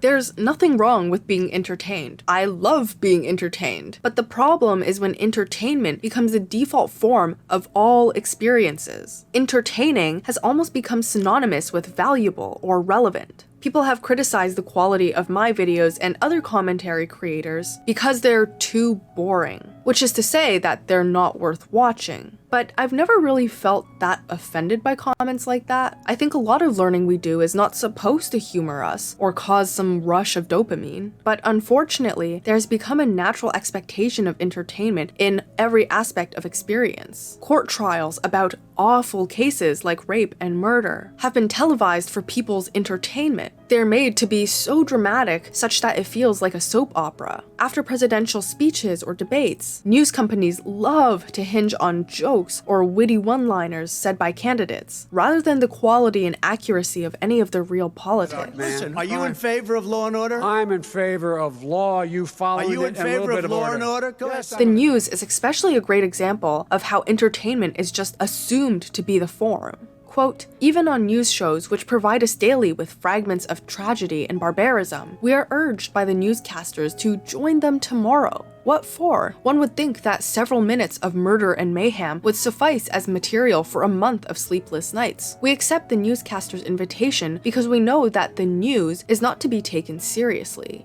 News shows make sure they pick decent-looking people, conventionally attractive if possible, with good chemistry. Music opens and closes the show, making the news seem more like a film or a play rather than information about the real world. When we watch the news, a lot of stories get reduced to less than a minute. The quick pace of it all prohibits any real act of thinking. Online, people don't want to hear you say, let me think about it, or I don't know, because those type of phrases slow down the show. It's not entertaining to watch people sit and actually think. It's much more entertaining to watch rapid takedowns and quick reactions. So if the family decides to stab them, it's okay to stab the when they're brain dead? Yeah, if they want to. No, not brain dead. Let's say that you're comatose for a short period of time, say 9 months. Say not. Well, what is the person? How much does this contribute to people thinking that they're well-informed, all the while knowing very little? Well, take the example of the war on Afghanistan. It received literally constant media attention for years. So we can assume that most Americans at this time were very knowledgeable about the war. Right? Would most Americans even know the language the people of Afghanistan speak? Any of the laws of their constitution? Or even the main points of their political and cultural history? Quote, nonetheless, everyone had an opinion about this event, for in America, everyone is entitled to an opinion. Do you think that there should be rules about what is taught in school? Oh, absolutely. Like, what wouldn't you like to see taught in Because school? there's critical race theory. Yeah, that critical race theory, as soon as I heard about that, I'm like, why are we doing this? What is critical race theory? I don't know. I haven't. Right. Arguably, the most dangerous type of disinformation is that which creates the illusion of being informed when they're really being led away from knowledge. Returning back to the news, also notice how newscasters are expected to recite everything with a straight face. Real people would at least grimace if they were talking about something as awful as a mass shooting. But newscasters talk like this, as if they don't even grasp the real meaning of what they're saying. Check your panties. About 175,000 rice. I think that was supposed to be pantries. And then after talking about seriously heartbreaking or impactful events like natural disasters, they hit us with a commercial break. Perhaps the only chance of survival in the case of a nuclear attack. Pat Couch, Channel 5 Action News, Dallas. Target proudly presents the grand opening sale at its new Ridgemar store. All of this contributes again to the news being more entertaining than informative. It's like, hey, here's an updated death toll for the earthquake in Turkey. Here's a husband who murdered his entire family. But also, did you know that McDonald's Spicy McChicken is back for a limited time? I recently did my annual rewatching of Catching Fire, as everyone should, and there's a scene where Plutarch tells President Snow how to contain the revolution and keep people distracted from political content. How he described it was basically exactly how our news is formatted. She's engaged. Make everything about that. What kind of dress is she gonna wear? Floggings. What's the cake gonna look like? Executions. Who's gonna be there? Fear. Love the Hunger Games, always so relevant. I can't whistle, but I would if I could. We've become so used to just having a random ass ad put in the middle of like super serious topics that I don't think we really understand how absurd that is. Imagine if an author suddenly put an ad in the middle of a book, and not just once, but several times in each chapter. You wouldn't even be able to take that book seriously. Like, imagine reading, "We are so thoroughly adjusted to the status quo that we naturalize human creations." But first, H&M is having their biggest sale of the year. All fall essentials are 20% off. Sign up to be a member and earn points with every purchase. Acknowledging the constructed origin of our norms is a necessary step to change. Now, I, as a serious writer, would never do that to my audience. By the way, this video is sponsored by Nebula, my streaming service for thoughtful videos, podcasts, and classes by content creators like myself and many others. One channel I've really been into lately is Second Thought.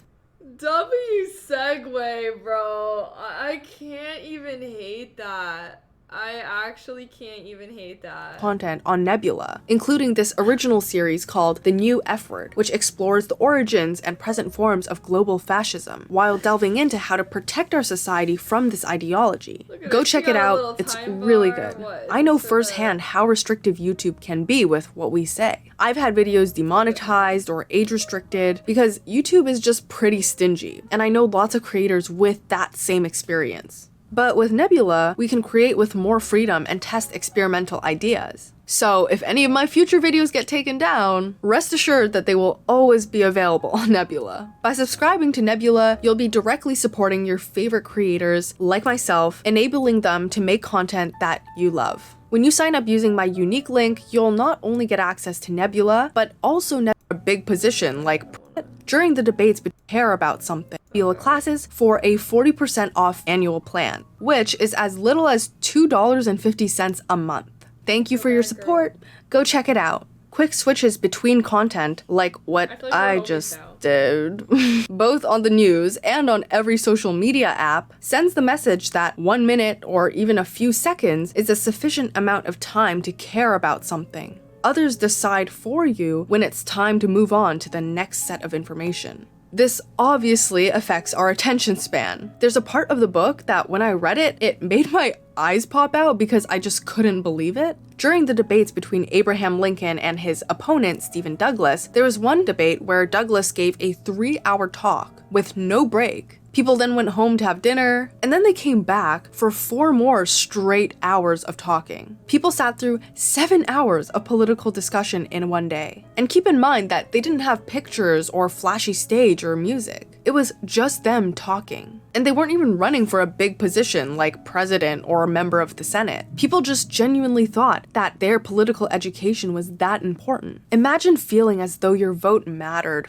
What a wild concept. I don't know anybody today who would be able to dedicate 7 hours of their night to pure speech, even if it was about something that they really were interested in. Our presidential debates today are 90 minutes long. Each person speaks for an average of a few minutes per topic. And if you watch the debates on social media, there are tons of digital ads surrounding your screen to add that extra visual stimulation. The average length of a shot on TV back in 1985 was 3.5 seconds, but I'm pretty sure it's even shorter today.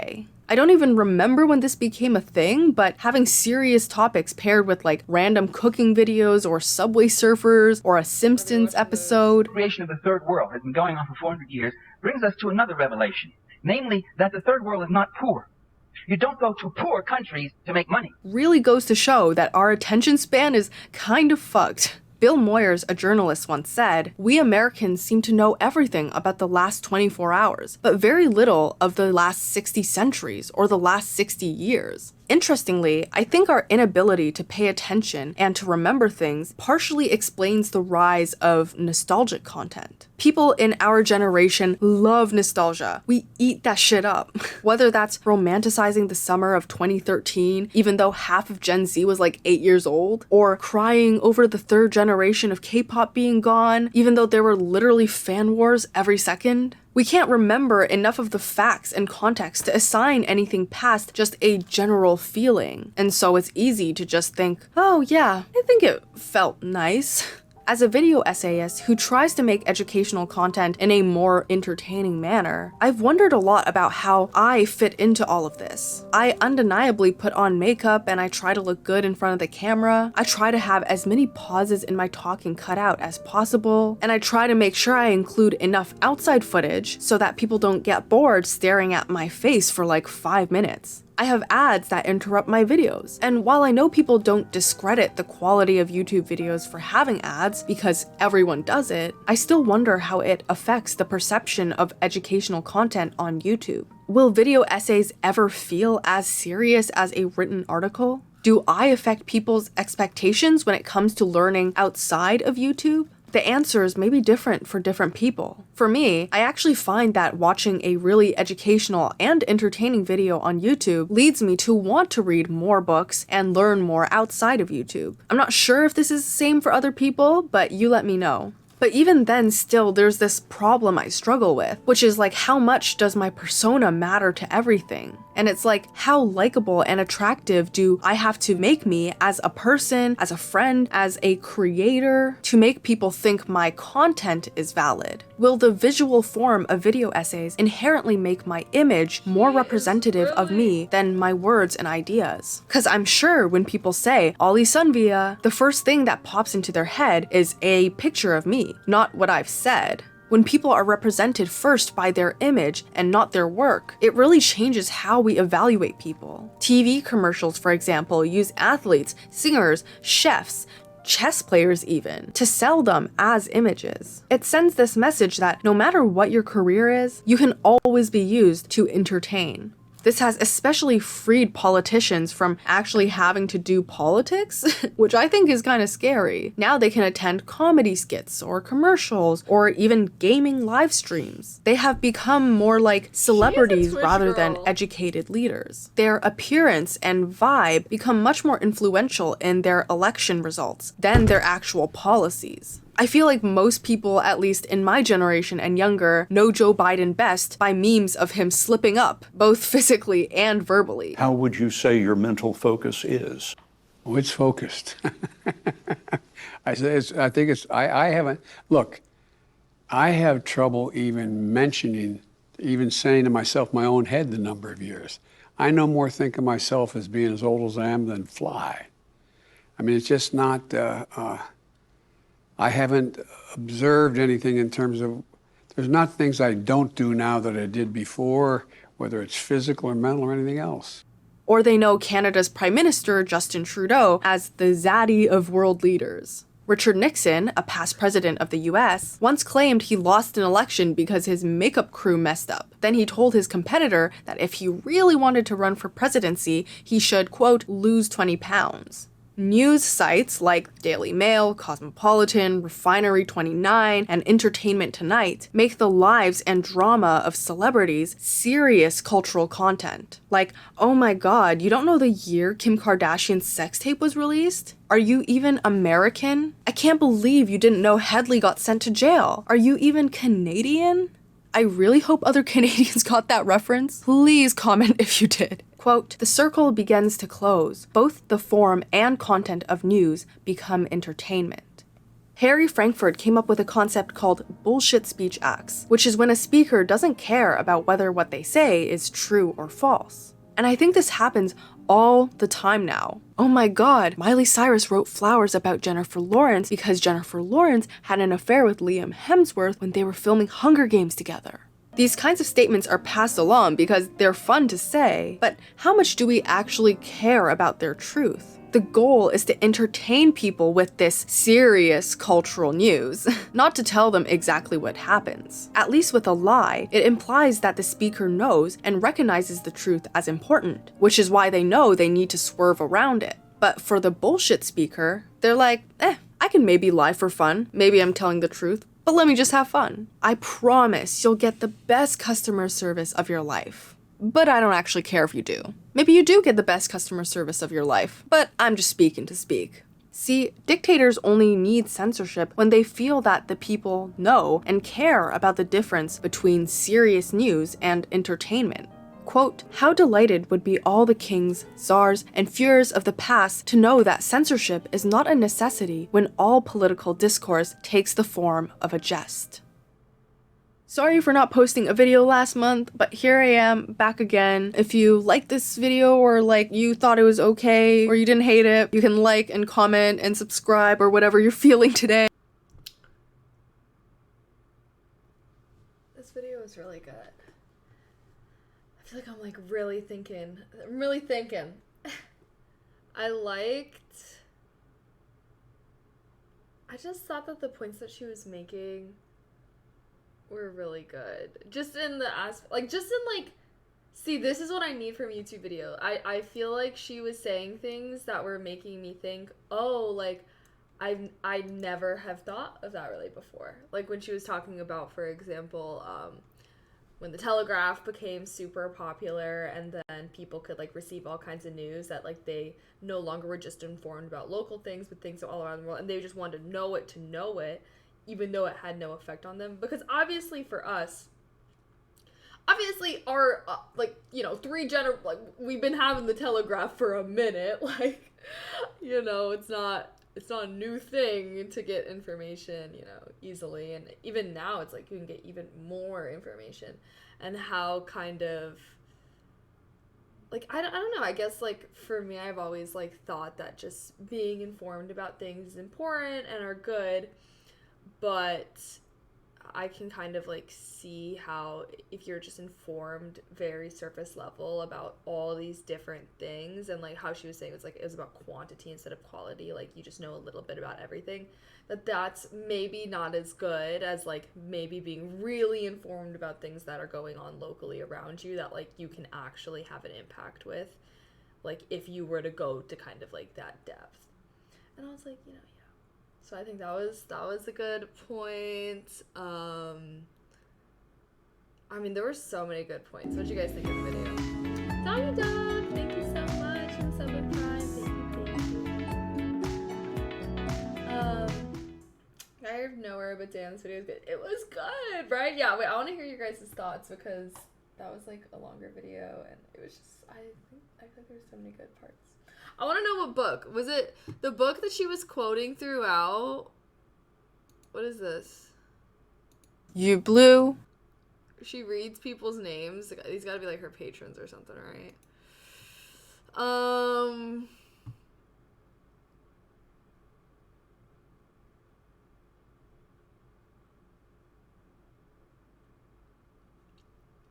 We are amusing ourselves to death.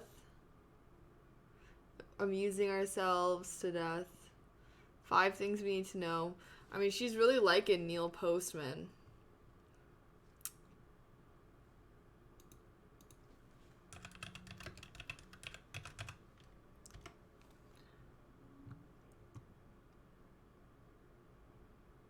Oh, he's got a lot of books.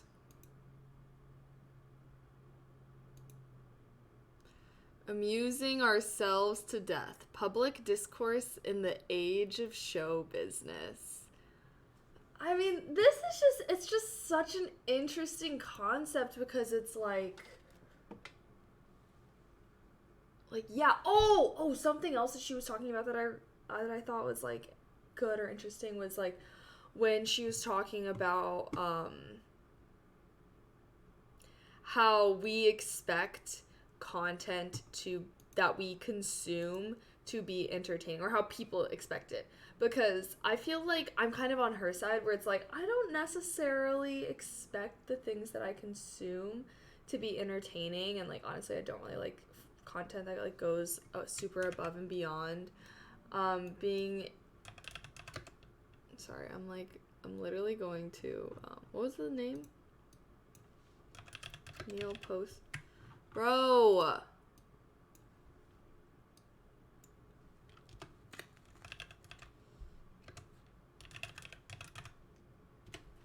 I'm literally going to get this book. Oh, it's free on the Kindle. I do be having the Kindle. All right, let me just add this to my Kindle library immediately. Oh wait, it's not. I just have like credits. I don't. How did I get these credits? What are these credits from? I'm confused. Buy now with one click. Alright, literally just bought the book because that video was so good. And this is not the first time that I have been convinced. I've watched a different one of this girl's videos. Oh, is this one? This video. I watched of hers also. Keep your mouse over. It's like our concept of love is messed up. I'm pretty sure this book made me read Love, All About Love. Or maybe it talked about All About Love, but y'all already know I'm like obsessed with that. But why they should extend mandatory time spent in school, I would not agree with that. Like, I think that people already don't even take advantage of the time that they're in school. Like, I think that for the first step would be having public education be better. I think people are in school for enough time. Like that time is just not made the most of, especially like if you go to a school with like low funding, or you just don't have your school just doesn't have the resources to like properly teach their kids, which I think is a lot of schools, a lot of public schools. I think it was very informative. I agree. It's thought-provoking for sure, but I'm left with more questions than answers. Do people feel they learned when watching philosophy videos like this? I don't feel like this video is a philosophy video. Are you serious right now? This video is literally just not a philosophy video at all. Sorry, I don't know why I said it like that, but like actually, do you know what philosophy is? Anyways, we need better schools for families to put more focus, making sure their children get a good education. Yeah, I mean, I don't think families should have to focus on it. I think like that's something that, you know, like they should be able to send, like they should just be able to send their kids to school and like know that their kid is getting a good education. Barely. What do you mean? Like this is not. I don't know if you. I don't think that you know what philosophy is. If you think this was one, this was like what I would say. This is like social commentary, and a lot of social commentary like pulls in history. Like I feel like that's history. There's like history in that, and just discussing human behavior and whatnot. No, it's not. Philosophy is like talking about things where there's like, it's like so up in the air. It's just like thinking about things like morality or ethics. Like it's not talking about like events or people. It's more so ideas and concepts, like exclusively like it's like in any philosophical debate there's like not a right or wrong answer, but when you're like talking about like history, like there's a right and wrong answer because it's like based within reality, versus philosophy is kind of like a step outside of that. Does that make sense? I don't know. Yeah, I feel like human behavior, yeah, like that's more like psychology. The video was like sociology. Oh yeah, it definitely did have some like sociology aspects. It was just a video essay. I'll be eating this type of shit up. I just think that this is social commentary, like, right, or like political. I like it, just like social commentary. That's what I would put this under. A lot of her videos are like this though. This girl is like so good. I'm obsessed.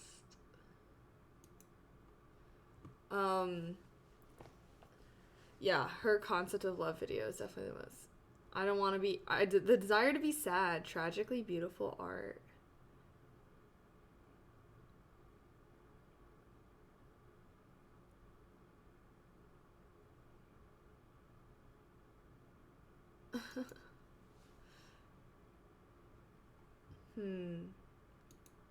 I hate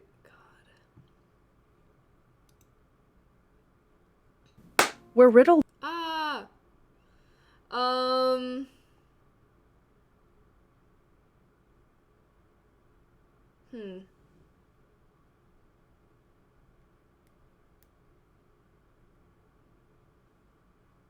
Sorry, I'm like looking at some of the recommended videos.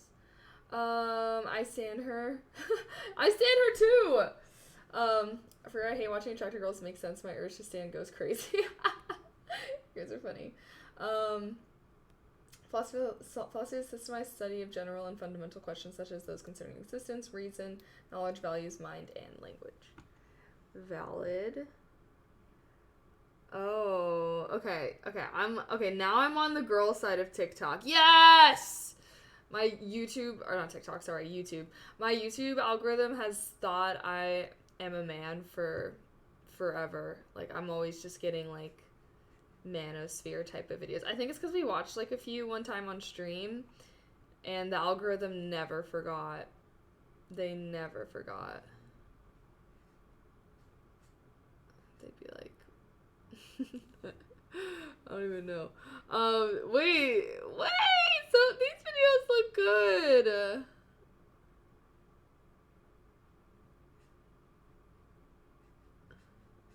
Confidence is a cult.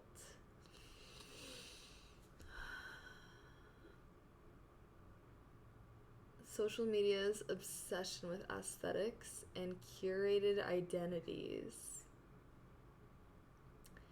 Everything wrong with romanticize your life. Infantilization and the body hair debate. That sounds very, very intriguing. The desire to be sad, tragically beautiful art, and romanticizing mental illness. Are any of these sounding interesting to you guys? Do you want to watch another one of this girl's videos? Should we watch like a different video? What are you thinking? What are we thinking here, oi?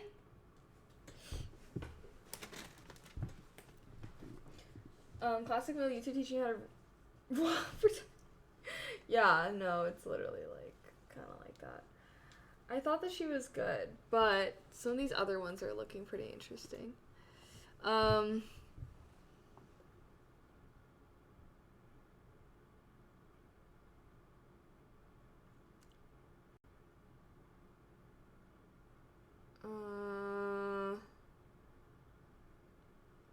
Excuse me. I mean, this everything wrong with romanticizing your life. I think, have we seen that? Why is everything so ugly? The curse of modernism.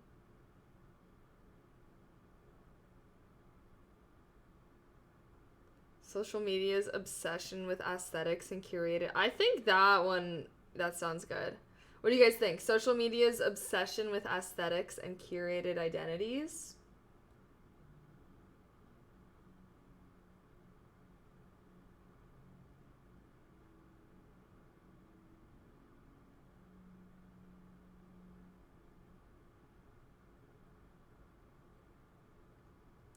Confidence is a cult.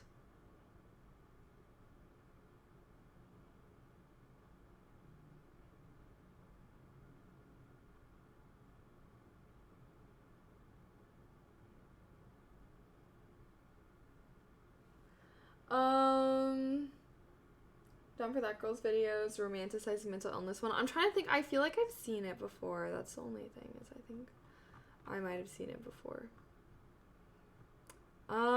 Okay, wait, I'm trying to, wait, which one did I just say?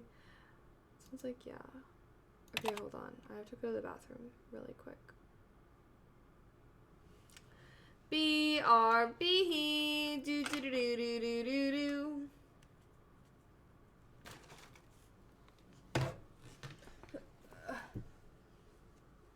Wow! Seems like ridiculing social media while partaking in it 1000%. What do you mean? I don't think she's ridiculing it.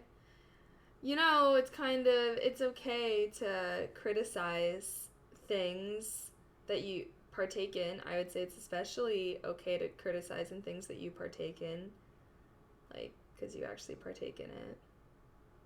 It's kind of like when someone's like, you say capitalism is bad, but you have an iPhone. Like be for real. Thank you for the 100 bits though, Jason. Thank you. I'm gonna use the bathroom really quick. Time pee break. Pee break, everybody. Let's all go pee.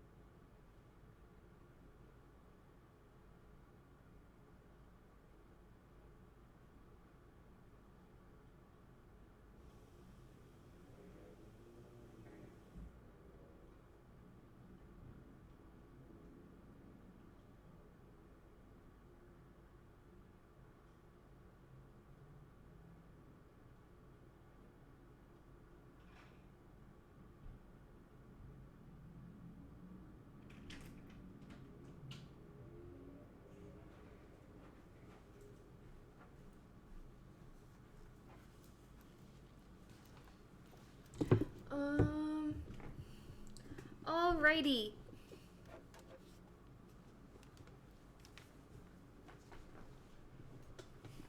Are we ready? Let's see.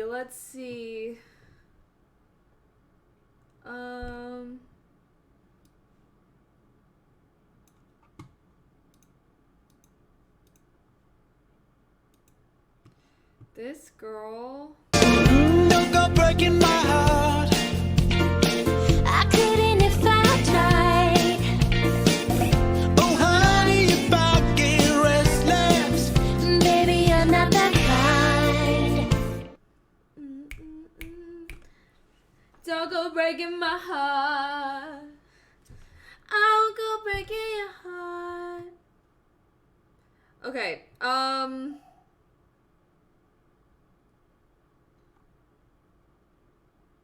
toxic femininity. What's up with girl bloggers, female manipulators, and femcells? Oh, wait.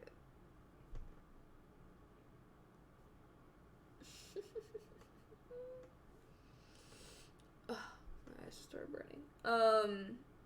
Why does that kind of sound fire? Should we do that one? East Coast versus West Coast rich.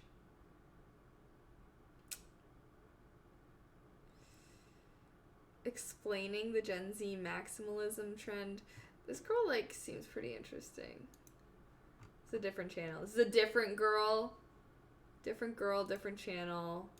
This is the one I was originally going to have a social media's obsession with aesthetics and curated identities. I'm leaning towards one of these videos now. I'm leaning towards toxic femininity. Should we watch this? I feel like... Oh, you're not alone. Why is it giving me mental health service recommendations? Why am I seeing this?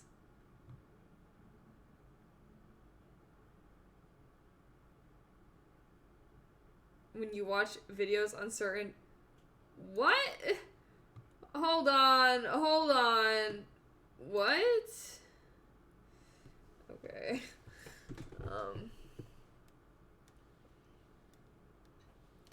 Don't go breaking my heart. I won't go breaking my heart.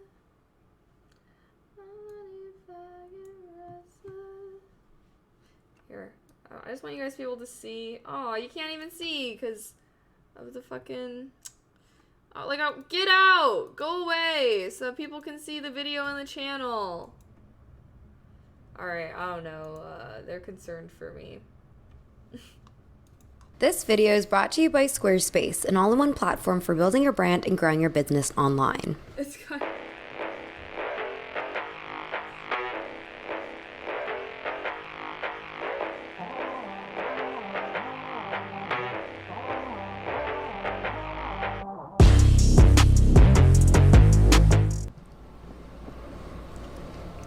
Hello, my beautiful doves. My name is Mina. Welcome or welcome back. And today we have a lot to discuss. I'm mainly going to be talking about teenage girlhood, internet aesthetic trends, and what I call toxic femininity. And if you're a little lost, don't worry, it's all going to make sense by the end of this video.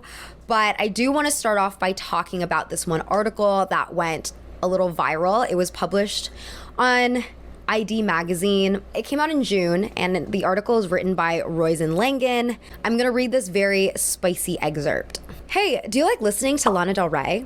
What about Fiona Apple, Mitski, Hole, Melanie Martinez, Marina? Can you recite the cool girl speech from Gone Girl verbatim? Do you love that one Jacques-Louis David piece, Portrait of a Woman in White? Not because you care about art, but because you like the broken female protagonist of Etessa Moshfegh's literature. Do you have a favorite Lisbon sister? And is it Lux? Are you still mourning the loss of Tumblr? Do you like to read Vladimir Nabokov's Lolita? Do you enjoy Catholic iconography?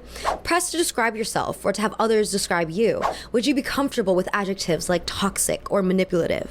If the answer to any of these questions is yes, then congratulations. You might be a femcel. So this article got a lot of heat on TikTok and Twitter mostly for a lot of reasons. Me personally, when I read this article, the first thing that came up into my head was, is this not just Tumblr sad girl 2014 culture repackaged? I mean, Gone Girl came out in like 2012, and I still remember people making GIFs and graphics using that monologue that she says. Cool girl is hot. Cool girl is gay. Cool girl is fun. Cool girl never gets angry at her man. Lana Del Rey and Marina and the Diamonds were like the poster girls of the Tumblr sad girl era. And we didn't have My Year of Rest and Relaxation, but the vibes were the same. So none of this was like seriously shocking to me to read about. Other people read this and were understandably upset by the categorization of femcel and the implication that listening to Fiona Apple would bring you anywhere close to that identifier. And for anyone who doesn't know, the term femcel is short for female involuntary celibate, aka women who cannot get laid not by choice. And then there are just people who are upset about being categorized at all for having particular interests. Like, just because you read this one book and you like it, or just because you like this one female artist, why do you have to be put and shoved into this aesthetic category? This TikToker posted a video complaining about it with the caption, "I'll never forgive you all for what you've done to Fiona Apple. She's not a femcel, that is literally not a thing. And she's not a part of this stupid niche, girl interrupted, Red Scare, coquette, Lana Del Rey, Diet Coke, Kate Moss shit. Leave her alone, stop grouping female artists into a box they never agreed to be in. She would hate those people, and I know it." So I understand these criticisms and complaints, but as someone who's like perpetually online, and I mean that in the most derogatory way possible, I understand what Lanigan was getting on about, because yes, there is this growing sub-community on the internet, mostly on TikTok and Tumblr and Twitter, who are using femcel as this aesthetic designator, who've become somewhat obsessed with categorizing themselves based on specific niche interests. It reminds me of this Substack essay that my friend Rain Fisher Kwan wrote a few months ago. She writes, "It's become very common for women online to express their identities through an artfully curated list of the things they consume or aspire to consume. And because young women are conditioned to believe that their identities are defined almost entirely by their neuroses, these roundups of cultural trends and authors du jour often implicitly serve to chicly signal one's mental illnesses to the public. One girl on your TikTok feed might be a self-described Joan Didion Eve Babbitt's Marlboro Red straight cut Levi's Fleabag girl. This means she has depression. Another will call herself a baby doll dress Sylvia Plath Red Scare Miu Miu Lana Del Rey girl, eating disorder. Or a green juice claw clip Emma Chamberlain yoga mat podcast girl, different eating disorder. The aesthetics of consumption have, in turn, become a conduit to make the self more easily consumable. Your existence as a type of girl has almost nothing to do with whether you actually read Joan Didion or wear Miu Miu, and everything to do with whether you want to be seen as the type of person who would." So we're going to be talking about all this in just a minute, but first, a word from our sponsor. On Squarespace, you have lots of templates to choose from. They've got a design for just about everyone.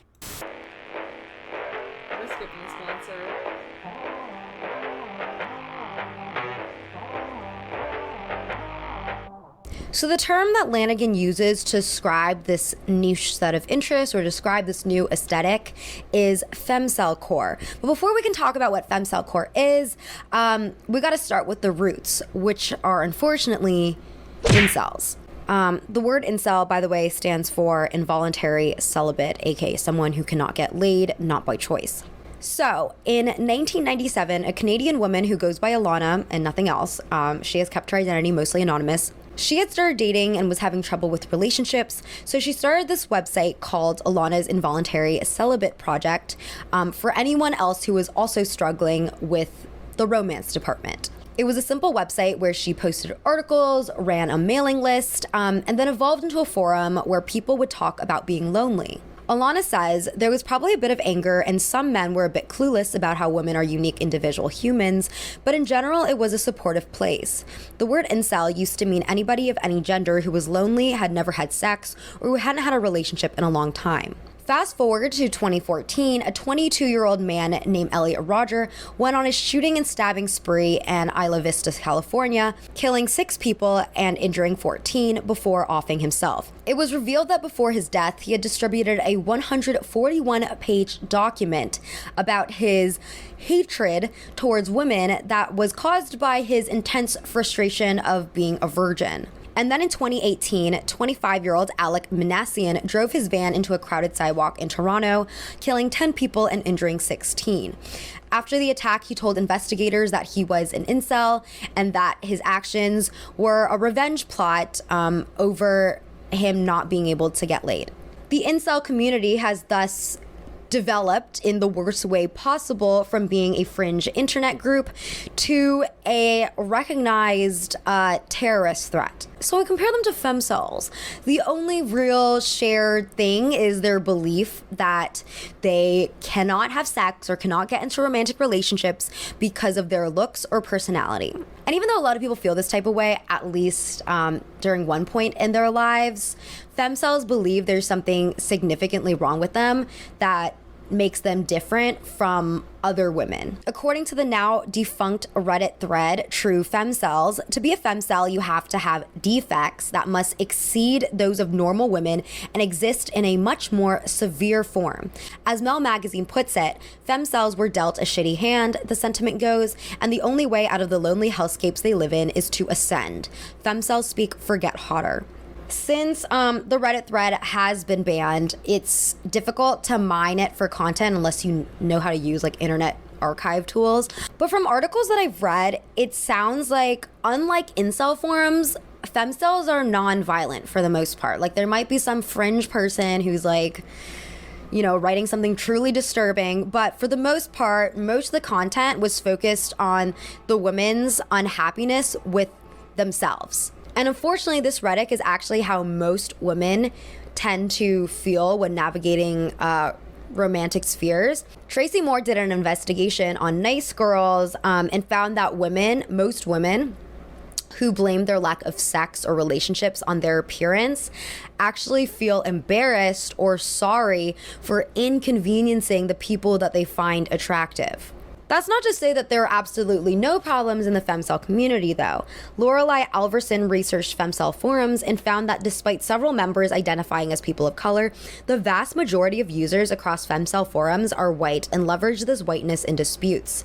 There are also a lot of transphobic femcels who express anger towards trans women who are able to get facial feminization surgery covered by their health insurance. And I think even like people who are not outwardly transphobic, the lingo that's used among like femcel speak, and the assumptions that they have about women tend to fall into this like gender essentialist, like there are only two genders mindset, which ends up becoming a breeding ground for transphobic trains of thought. So what I just described to you all is what I consider to be traditional femcels. Traditional in the sense that in the past couple years or so, there's been a different community of women who identify themselves as femcels, but are so far removed from all the lore that I just talked about. And this is actually pretty interesting.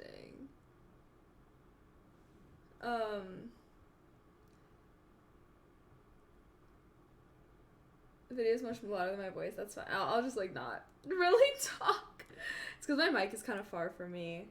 I don't think the gain's very high on it either. Okay. These femcels, which I'll call modern femcels to be less confusing, is what that ID article was talking about. The article even clarifies the social media femcels of today use the term less as an indicator of how much sex they're unable to have, and more as a way to express their personality traits that are perceived as pathetic or manipulative or toxic in some way. They do so unapologetically, romanticizing these stereotypical femcel traits in the process. Modern femcels mostly exist on like Twitter, TikTok, Tumblr, and they make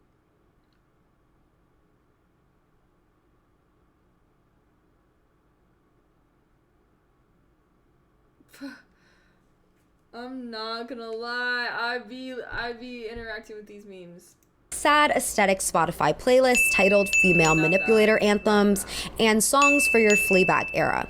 By the way, I've like referenced Fleabag eras in previous videos, but not yet in this video. And basically, Fleabag is a TV show that centers around this pretty problematic female protagonist, and the term Fleabag era refers to anyone who is essentially embracing chaos and mess to deal with trauma rather than seeking help.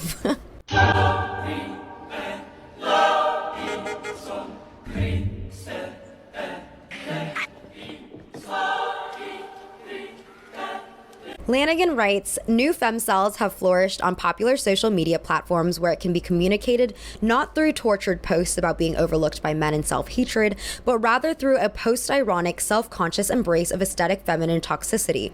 It's not femcel for these women, it's femcel core. For example, one 19-year-old Tumblr user named Hannah, who regularly uses the hashtag femcel, said, I just thought the word was funny and maybe even a little shocking. I knew it would get people's attention. Most of my posts are ironic. I've been in a relationship with my boyfriend for 2 years. Similarly, a 22-year-old TikToker named Alexandra Carmona admitted her female manipulator content is ironic. She told Insider that it's not about promoting actual manipulation, it's about calling ourselves out and coping with our own issues by making a joke out of it. So aesthetically, I've noticed a lot of overlap and a lot of line blurring between these femcels, these modern femcels, the coquette girls, and ballet core. I've done a whole video on ballet core, but for... Who am I? What core am I? Am I just e-girl core? God, that's lame.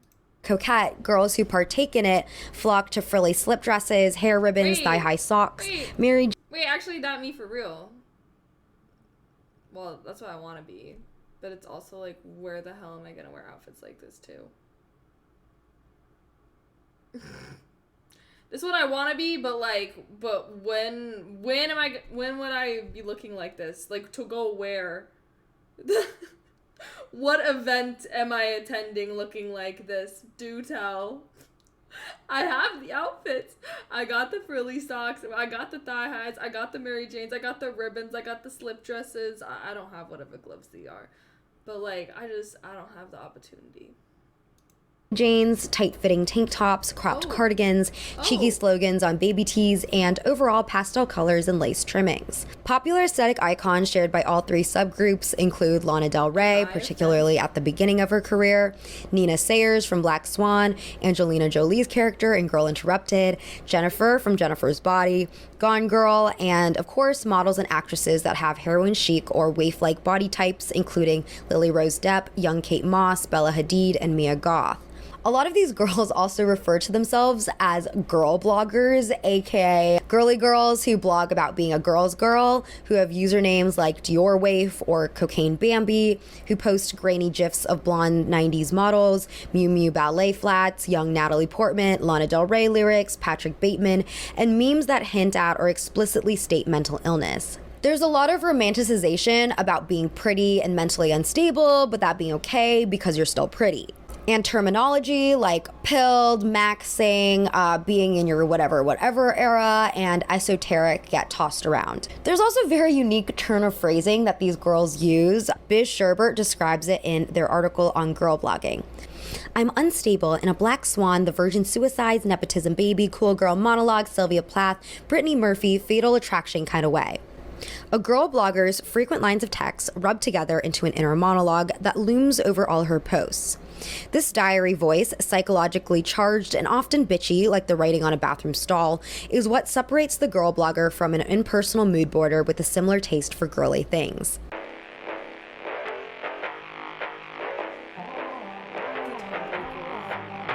You can't keep getting away with it!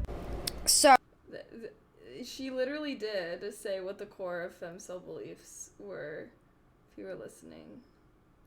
If you were paying attention, you would know. But yeah, she basically just said that, like, femcel, we've moved on from talking about femcells. We're past that now. She was talking about how, like, the traditional femcells that evolved on the forums online about, like, these women who identified as involuntarily celibate, but, like, then she compared it to, like, incel culture, which is male-dominated, and femcel culture, which is, like, for women, basically, and how, like, incel culture is a lot more violent, like, citing, like, the incels that do be shooting and shit, and then saying that, like, femcel culture is more so just about, like, hating yourself, basically, and thinking that, like, you're disgusting and repulsive, and that's why nobody wants to be with you. And, but how that's different from, like, people who refer to themselves as femcells, like, today, like, in 2023, as, like, now it's, like, femcel core, like, modern femcel, which, like, doesn't actually have anything to do with how much sex someone's having, more so with them basically feeling like they're crazy, like, and, like, showing the memes and stuff like that. Little vibe. I don't know if anyone else is confused, but yeah, that's what's happening. And yeah, I'm like I don't know if you guys are, like, vibing with it, but, like, I feel like this is very in tune with, like, being a girl. So, just to recap on what was happening on Tumblr around 2012 to 2015, a popular subculture on Tumblr revolved heavily around Lana Del Rey gifs and lyrics, black and white photos with sad captions overlaid on them, and cigarette, self-harm, and drug motifs. And who can forget the hashtag pretty when you cry selfies? This was all part of a movement now known as, like, the sad girl era. Rosemary Curtin defined a sad girl for ID as one who listens to better music than you and might spend her alone time watching French films from the 60s or angsty TV shows from the 90s. But even before the 2010s, the sad girl was not a new phenomenon. Like, think of Romeo and Juliet, think of Ophelia from Hamlet, think of Jane Eyre. And yes, there were always shared aesthetics and films and songs that sad girls leaned onto, as Rain puts it, to chicly signal one's mental illness. But I will say it wasn't as self-aware or self-commodifying as the girl bloggers are today. Sad girls mostly posted stream of conscious thoughts into the void on Tumblr, and our collective interest in Arctic Monkeys and Marina and the Diamonds music felt more like coincidence than a calculated attempt to aestheticize our own identities. At this time, journalists were releasing think pieces about how the sad girl aesthetic movement romanticized clinical depression and eating disorders, which I definitely agree that it was. I don't think it was intentional. Like, I don't think any movie director or any songwriter was explicitly trying to delegitimize mental illness with their music, but that's just what happened. And it definitely didn't help that being sad was considered cool. And so a lot of teenage girls who probably weren't actually battling with serious mental illnesses kind of induced traits of those mental illnesses within themselves as an attempt to fit in. The sad girl movement wasn't just pervasive on Tumblr, though. There were brands that were selling pins, tote bags, and necklaces with phrases like Sad Girl Club and other slogans on them. Hannah May wrote for Hello Giggles, even more disturbing than teens using depression to be cool is the possibility of companies marketing depression to those teens to make a quick buck. Granted, I think one of the main issues these days is how out of hand consumerism has gotten. And consumerism is unfortunately a byproduct of making everything into different aesthetics. I asked what people thought about this topic on my Instagram stories a couple days ago, and one person said, I feel like now more than ever, these aesthetics are so intertwined with consumerism / trend cycles. Similarly, another person said, we can let women be angry without attaching an aesthetic / a title to it. And yet another...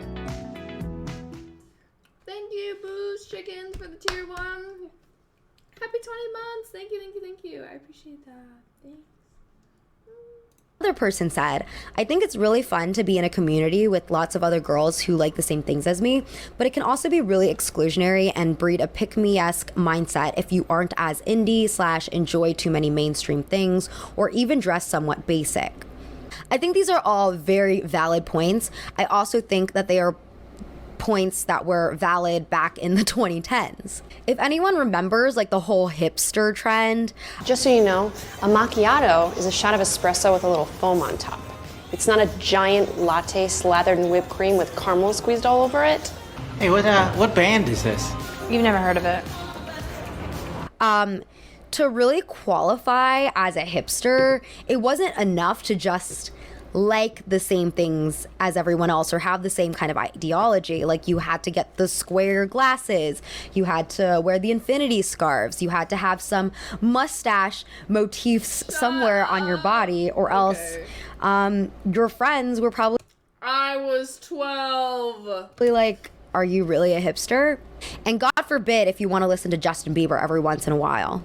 The difference between then and now is obviously like social media, because rather than just having to gain approval from your local group of friends, the internet is so global, and now there's so many people who belong to this community who you are connected with and who you are constantly seeking approval from. Not to mention the endless content-focused mood boards that give you new consumerist ideas of how to gain people's approval. But the biggest problem I have with commodifying sadness, even back in like the 2010s, is that it made wallowing in sadness cool and getting help uncool. Similarly, in the femcel girl blogger subculture, by making female hysteria and mental illness aesthetic, it discourages young women from wanting to get help.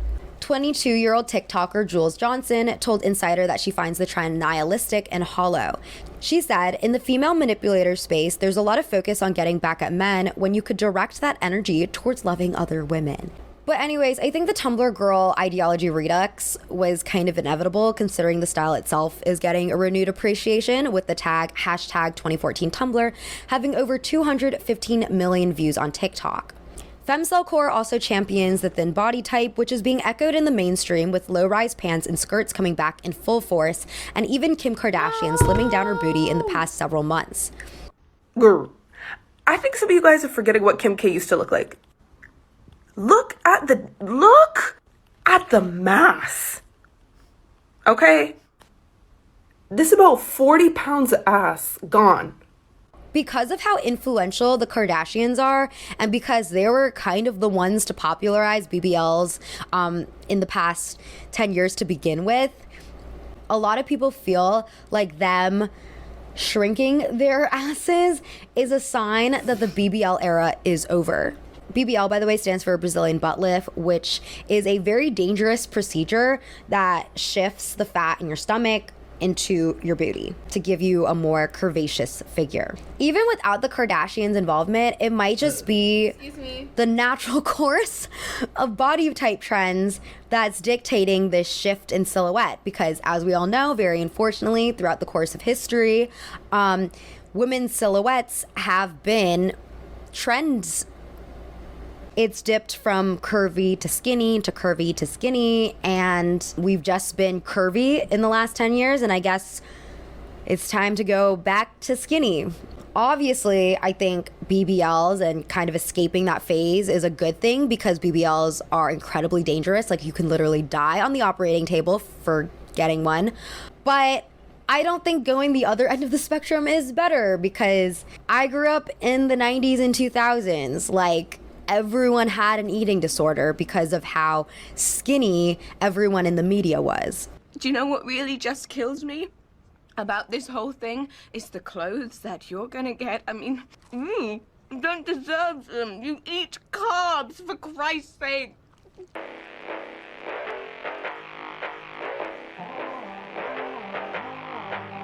Even though I think it's somewhat natural for girls to feel like very angsty or to feel a certain way about their place in society, I also think that there have been movements and trends that have occurred in the past 5 years or so that has also contributed to the rise of femcel core. For example, during the first 2 years of the pandemic, there was a major societal trend towards self-improvement. A lot of people felt pressure to utilize their time in isolation productively, either by reading as many books as possible, listening to as many podcasts as possible, watching as many movies as possible, learning new skills, getting fit, dieting, you name it. The desire for self-improvement gave rise to the That Girl trend, which was a major trend on TikTok and Instagram, and revolved around girls who essentially had their lives together, or at least looked like they had their lives together. These girls would film themselves waking up at 5 a.m., going on runs, doing Pilates in the morning, drinking green smoothies, wearing like beige athleisure sets, and meditating and journaling, gratitude journaling regularly, just doing everything that we feel we are supposed to do for our mental and physical health, all while looking absolutely amazing. While some people were inspired by the whole That Girl trend to get their life together, a lot of people also felt very uninspired because they felt like the trend was inaccessible for people who were not white, skinny, or at least upper middle class. Laura Pitcher wrote an article on That Girl for ID last year, noting that it was a rebranding of Girl Boss What the hell are you heated about? Like, there's literally nothing to be upset about. I'm confused. culture. Similar to other fitness videos on social media, being that girl means encompassing a life based on mainstream notions of wellness. However, there's bizarrely no end goal, no marathon you train up to, no reason to wake up at 5 a.m. other than that it seems more efficient. And this is just like a general thing with our society, like a general problem, where a lot of our health goals are focused on aesthetic motivations rather than scientific ones. For example, a lot of like dieting books talk about how to lose weight, but not why you should want to lose weight. Because our dieting culture revolves around looking thin, not being healthier for whatever your body type allows. It actually is a healthy thing for their body to do, but just because they feel like it's more aesthetically productive. So because there's a lot of pressure to constantly be improving yourself, it makes sense that there would inevitably be a movement that pushes back against that kind of rhetoric. Gia Tolentino wrote in her book Trick Mirror, "The ideal woman has always been conceptually overworked, an inorganic thing engineered to look natural. Figuring out how to get better at being a woman is a ridiculous and often amoral project." A lot of girls have taken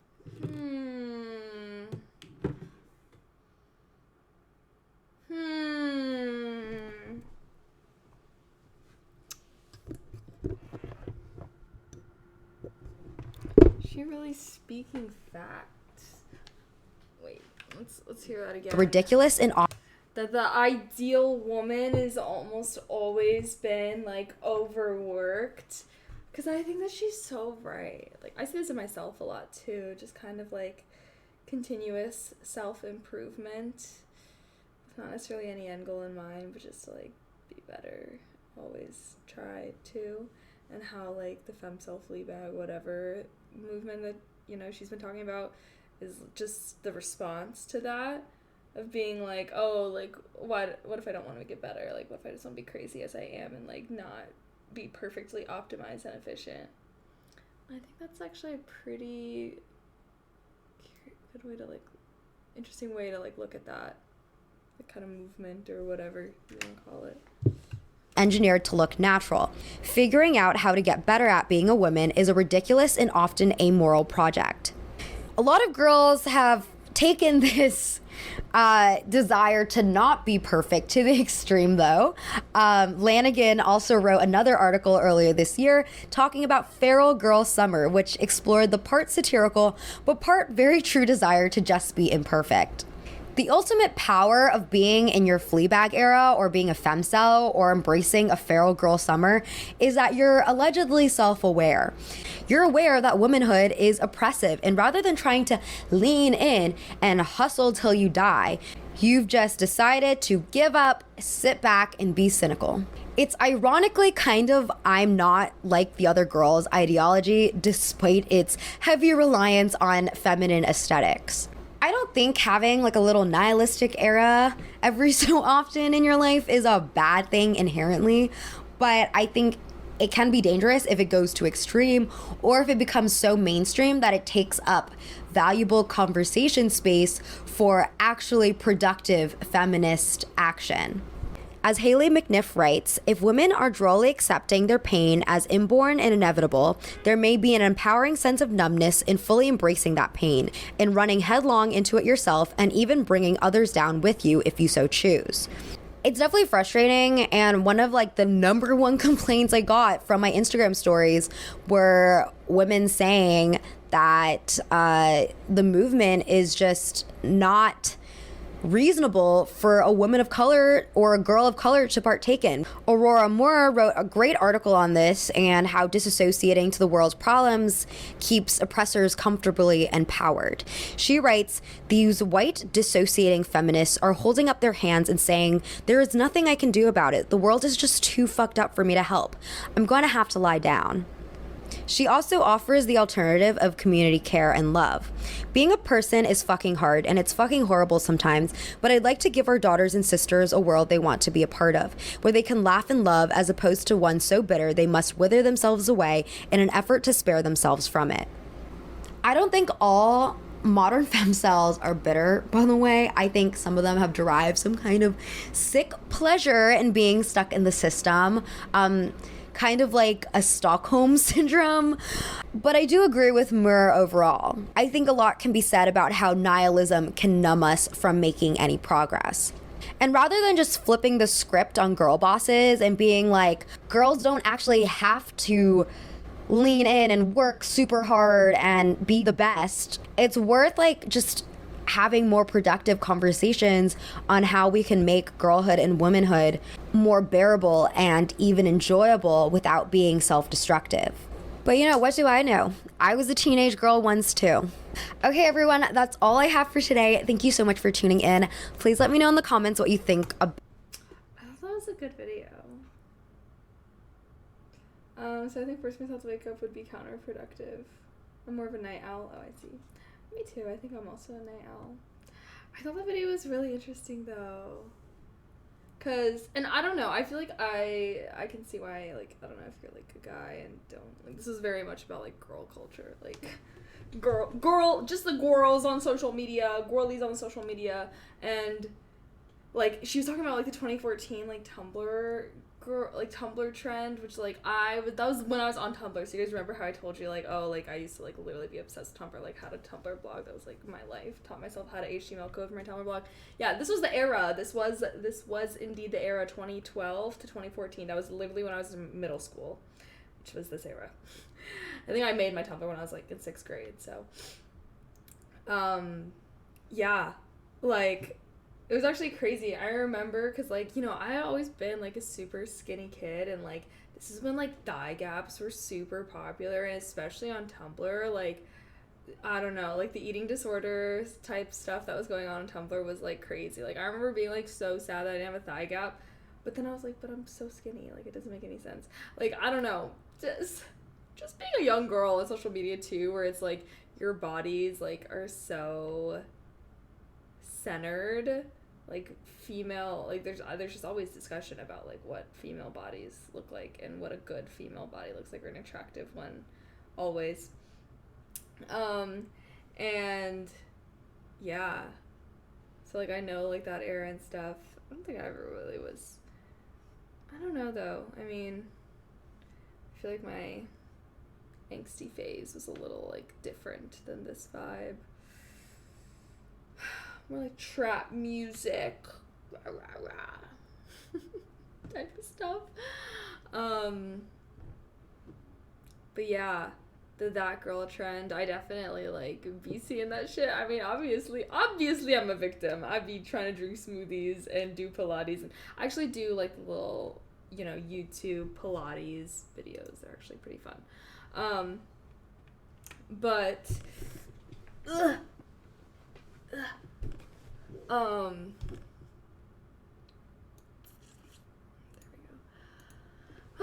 I guess it just was like, yeah, I don't know. What do you guys think? If you're like a dude watching this, I'm like kind of curious. What's the solution to dismantle all of society's expectations? What the fuck do you mean? I hate whenever we watch like educational videos and then like people are annoyed that they're talking about the issue. Like, I feel like there are people who feel like issues should never be talked about unless they are completely understood and a very clear and actionable solution is handed to them on a silver plate. Like, how about use your brain a little? Like, I feel like I like to watch these videos because, like, it makes me think.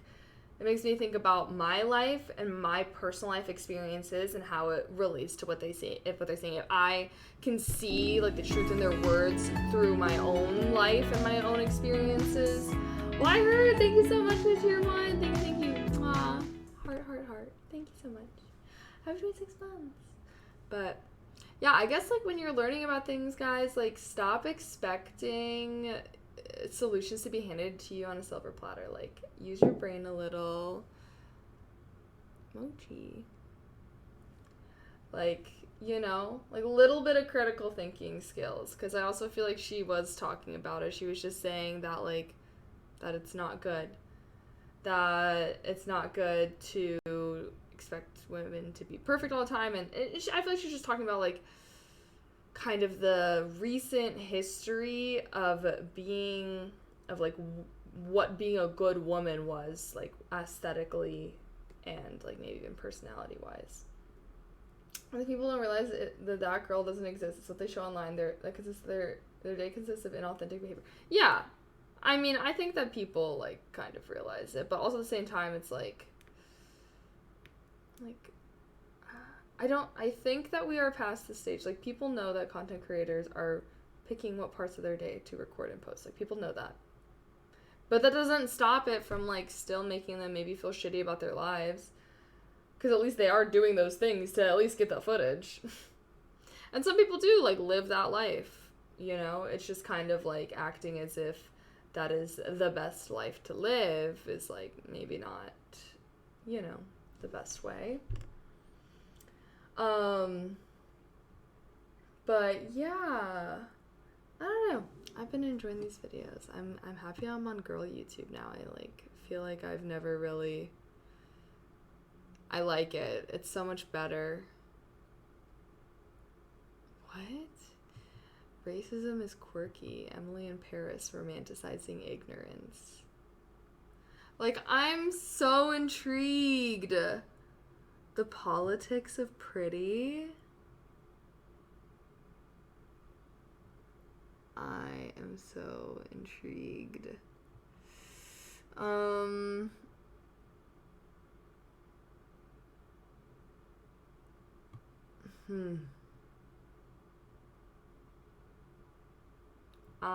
obsessed. The cool girl trope explained. I mean, God, what is my trope? I think it's just e-girl, coquette girl combo.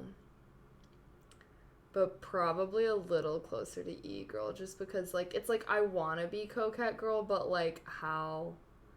When am I gonna be wearing, like, a lace slip gown with, like, ribbons in my hair and thigh-high socks and Mary Janes?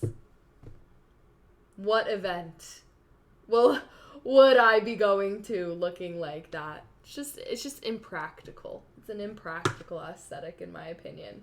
E-girl aesthetic is pretty straightforward, I feel like. And I like cute stuff. I feel like that's more like kawaii, like, yeah, like that fits in the e-girl aesthetic, you know? Like stuffed animals and stuff. Oh, God. I really am, huh? I'm just another e-girl. Just another e-girl. Oh, that's me. Yeah. Yeah,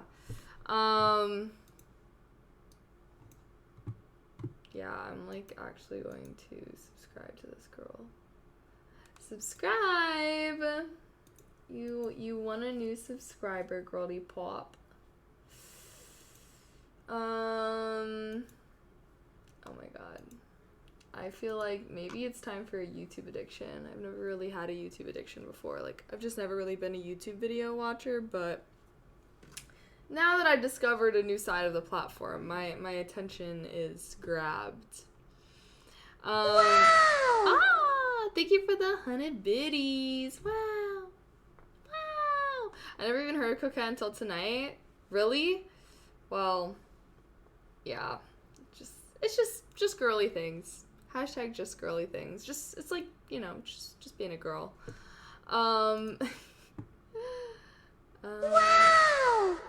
Thank you for the bits. Thank you. Wait, is that the second one? Wait, is that the same one? I am confused, Jen. When you wear a small black mask covering. Wait, what? This is mind-blowing stuff for sure. Didn't know people use Tumblr. I think flies can be fun also, yeah. She's talking more about, like, the vibes.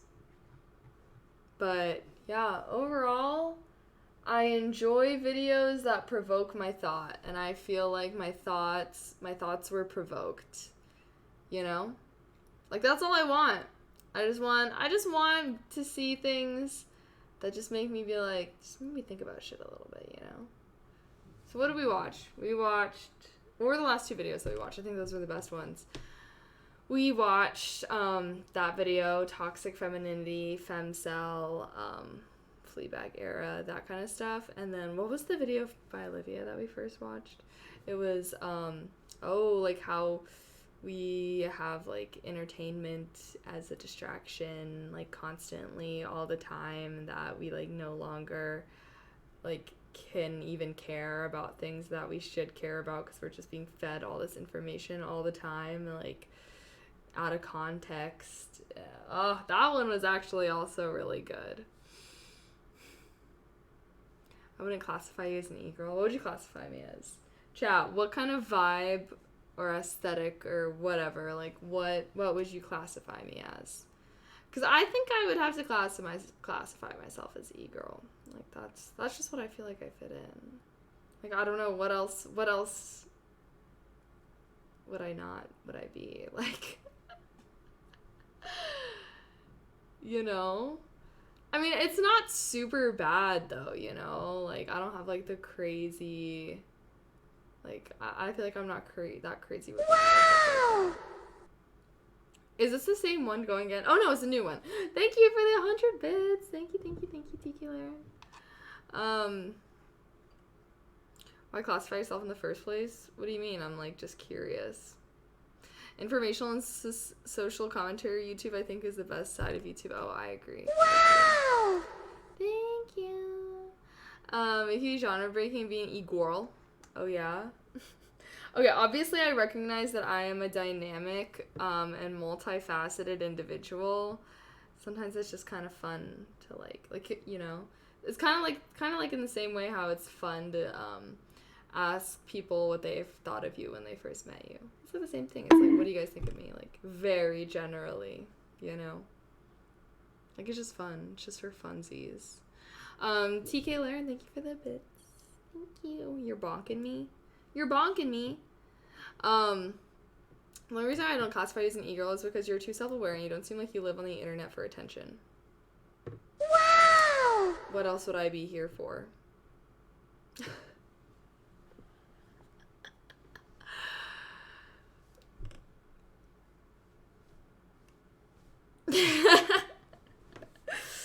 That's the one thing about me is I don't really understand why people act like wanting attention is a bad thing. Like, you know, because like the way, I mean, sure, it can be done in a bad way, but like maybe some people just like to entertain,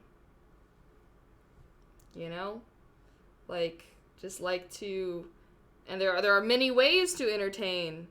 Being funny, being dramatic, being attractive.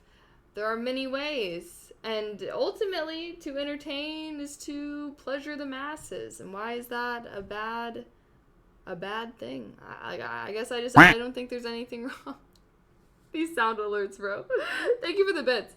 But you know what I mean? Like, I guess I don't think that there's anything wrong with anyone wanting attention. I think everyone wants attention. And if some people are maybe starved for it in their personal life, like, what's the harm in turning to the internet? Like, you know, outside the people that, like, are, like, problematic to get attention, like, those motherfuckers suck ass, for sure. But, like, if someone wants to be, like, sexy and, like, because they like to get compliments, like, go for it. Someone wants to be goofy because they want people to laugh, so they want to make people laugh, like, go for it. Like, I don't, like, yeah, I would say anyone that is, you know, putting their face and personality out on the internet wants attention. Like, but that's not a bad thing. Some people just want to, you know, put a smile on some people's face, make people laugh, make people, like, feel good sexually, like, I don't know, I'm just saying, like, sex workers or whatever, but, like, overall, I guess I just think that, I don't know why people are so rude if some people want to do that with their lives. I like attention. I like watching videos, thinking that I'm making people laugh, or like thinking that I'm entertaining people with like a good conversation, like, you know? I don't know. Random thoughts. You're so right. I waste my time doing nothing online. Thinking about it now, I should be doing schoolwork or something, but I'm asleep, turn off my brain. You're definitely beautiful, but catch your own. Thank you. Well, I'm glad that you guys hung out. But thank you also so much for the bits, TK Laren. As much as I try to avoid main types of attention, I still could not live without it. Right? Like, I feel like it feels good to feel like, you know, people are paying attention to you in, like, a positive way. You know, like, as if, like, whatever you're saying or you're doing, like, matters or is having some kind of impact. The greatest entertainers want attention at some point in their careers. Yeah, exactly. And, like, I think that those people are better. Like, I think that someone wanting attention is better than someone that, like, hates everyone and is an asshole, douchebag, and rude to everybody and, like, spits on anyone that looks at them. You don't really portray typical e-girl behavior. Example, you're making the nails compared to most e-girls. That's one thing, yeah. I'm not great with my makeup. Could level it up a little bit. Love all attention, but every year that goes by, that becomes less and less. Yeah, I mean, I would have to definitely say that I don't like negative attention. Like, I like positive attention. I like compliments. I like, yeah. Yep. But, like, yeah, that's, I don't like negative ones where, like, you know, people are maybe being mean to me or bullying me. I don't like being bullied. I don't know if that's a surprise to anyone, but yeah, I'm like, yeah, not liking that kind. I'm just kidding. I do think, though, that generally speaking, I do like, I don't know why, like, I think it's just something innate. Just something within me. Cause like even when like I like getting dressed up to go out and like feeling like, I don't know, like I look good and like people are looking at me because I look good. Thank you for this! Tier 1, JC! Thank you. So many male streamers seem to get off to getting bullied for whatever reason. Yeah, I don't know what you're referring to necessarily, but it's literally almost 1 a.m. So I think I'm going to go to bed. My makeup is different than usual tonight. I did like some black on my under eye, which like I don't normally do, but I felt like I was like wearing a darker outfit, so I went for a darker makeup look today. But thank you so much for hanging out with me, guys. You were thinking about all the comments. Maybe you could do your eyes and eyebrows better. That's like that's all I do. That's like most of my makeup right there. All right. Roast me then. But I did post a vlog yesterday. So if you could watch it or even just like click it and like have it play all the way through, that would mean a lot. And if you want to like it and leave a comment, it's a vlog from when I went to California. I went to the pool with Lauren. We did a yoga class. Like she had her graduation party, and we were like, it's just fun. I recorded like basically almost everything that I did for the whole trip, and I think I've been getting better at vlogging. Like I feel like if you watched my Sedona vlog and then you watch this one, you will like, I feel like there's a skill improval. Like I think I'm getting better at editing. I was experimenting more with like random sounds, like the sound effects that I could use, and like the text on screen and stuff like that. Experimented a little more with my new vlog, so definitely let me know what you guys think of the vlog, like in the comments of the video. Just like even suggestions. I've been kind of like should I try and do some captioning? I just feel like captioning videos would take so long, but I don't know if that's something you want. So like if that's something you would want, like, you know, feel free to comment on that. But I definitely want feedback on these vlogs, at least like a little bit. Just like feel free to comment any thoughts, just because at least for me it's like I'm like learning how to do this, you know. I edit these videos myself and I film these myself obviously as well. So if there's like, oh, like I wish that you did more like clips of you talking in the video, or like, oh, I wish that you like filmed this activity more, or something like that. Even little things like that help me in the future, because like I have all these trips coming up. I have like Nashville and I have Thailand, and I think that I really want to make sure that I'm like capturing those moments in the best way to make good content for you guys, because I really want to focus on my personal channel. So that's my game plan. But thanks for hanging out with me, guys. I appreciate it. I had a very fun night tonight. We'll do some more cozy streams like this in the future. Definitely follow my Twitter if you're not. I post like selfies, like stream updates, like what's going on, like if YouTube videos are live, or like it's just the best way to kind of like stay up to date on what I'm doing. And I post a lot of pictures there now, so you'll see lots of pics of me. And of course, feel free to support me on Patreon. There's all my socials. So heart. Thank you everybody that subbed, gifted subs, gave bits tonight. Thank you my mods as well for helping keep the stream fun.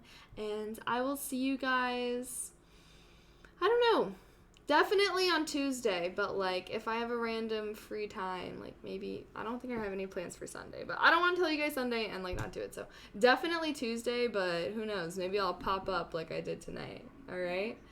But yeah, definitely please watch my vlog.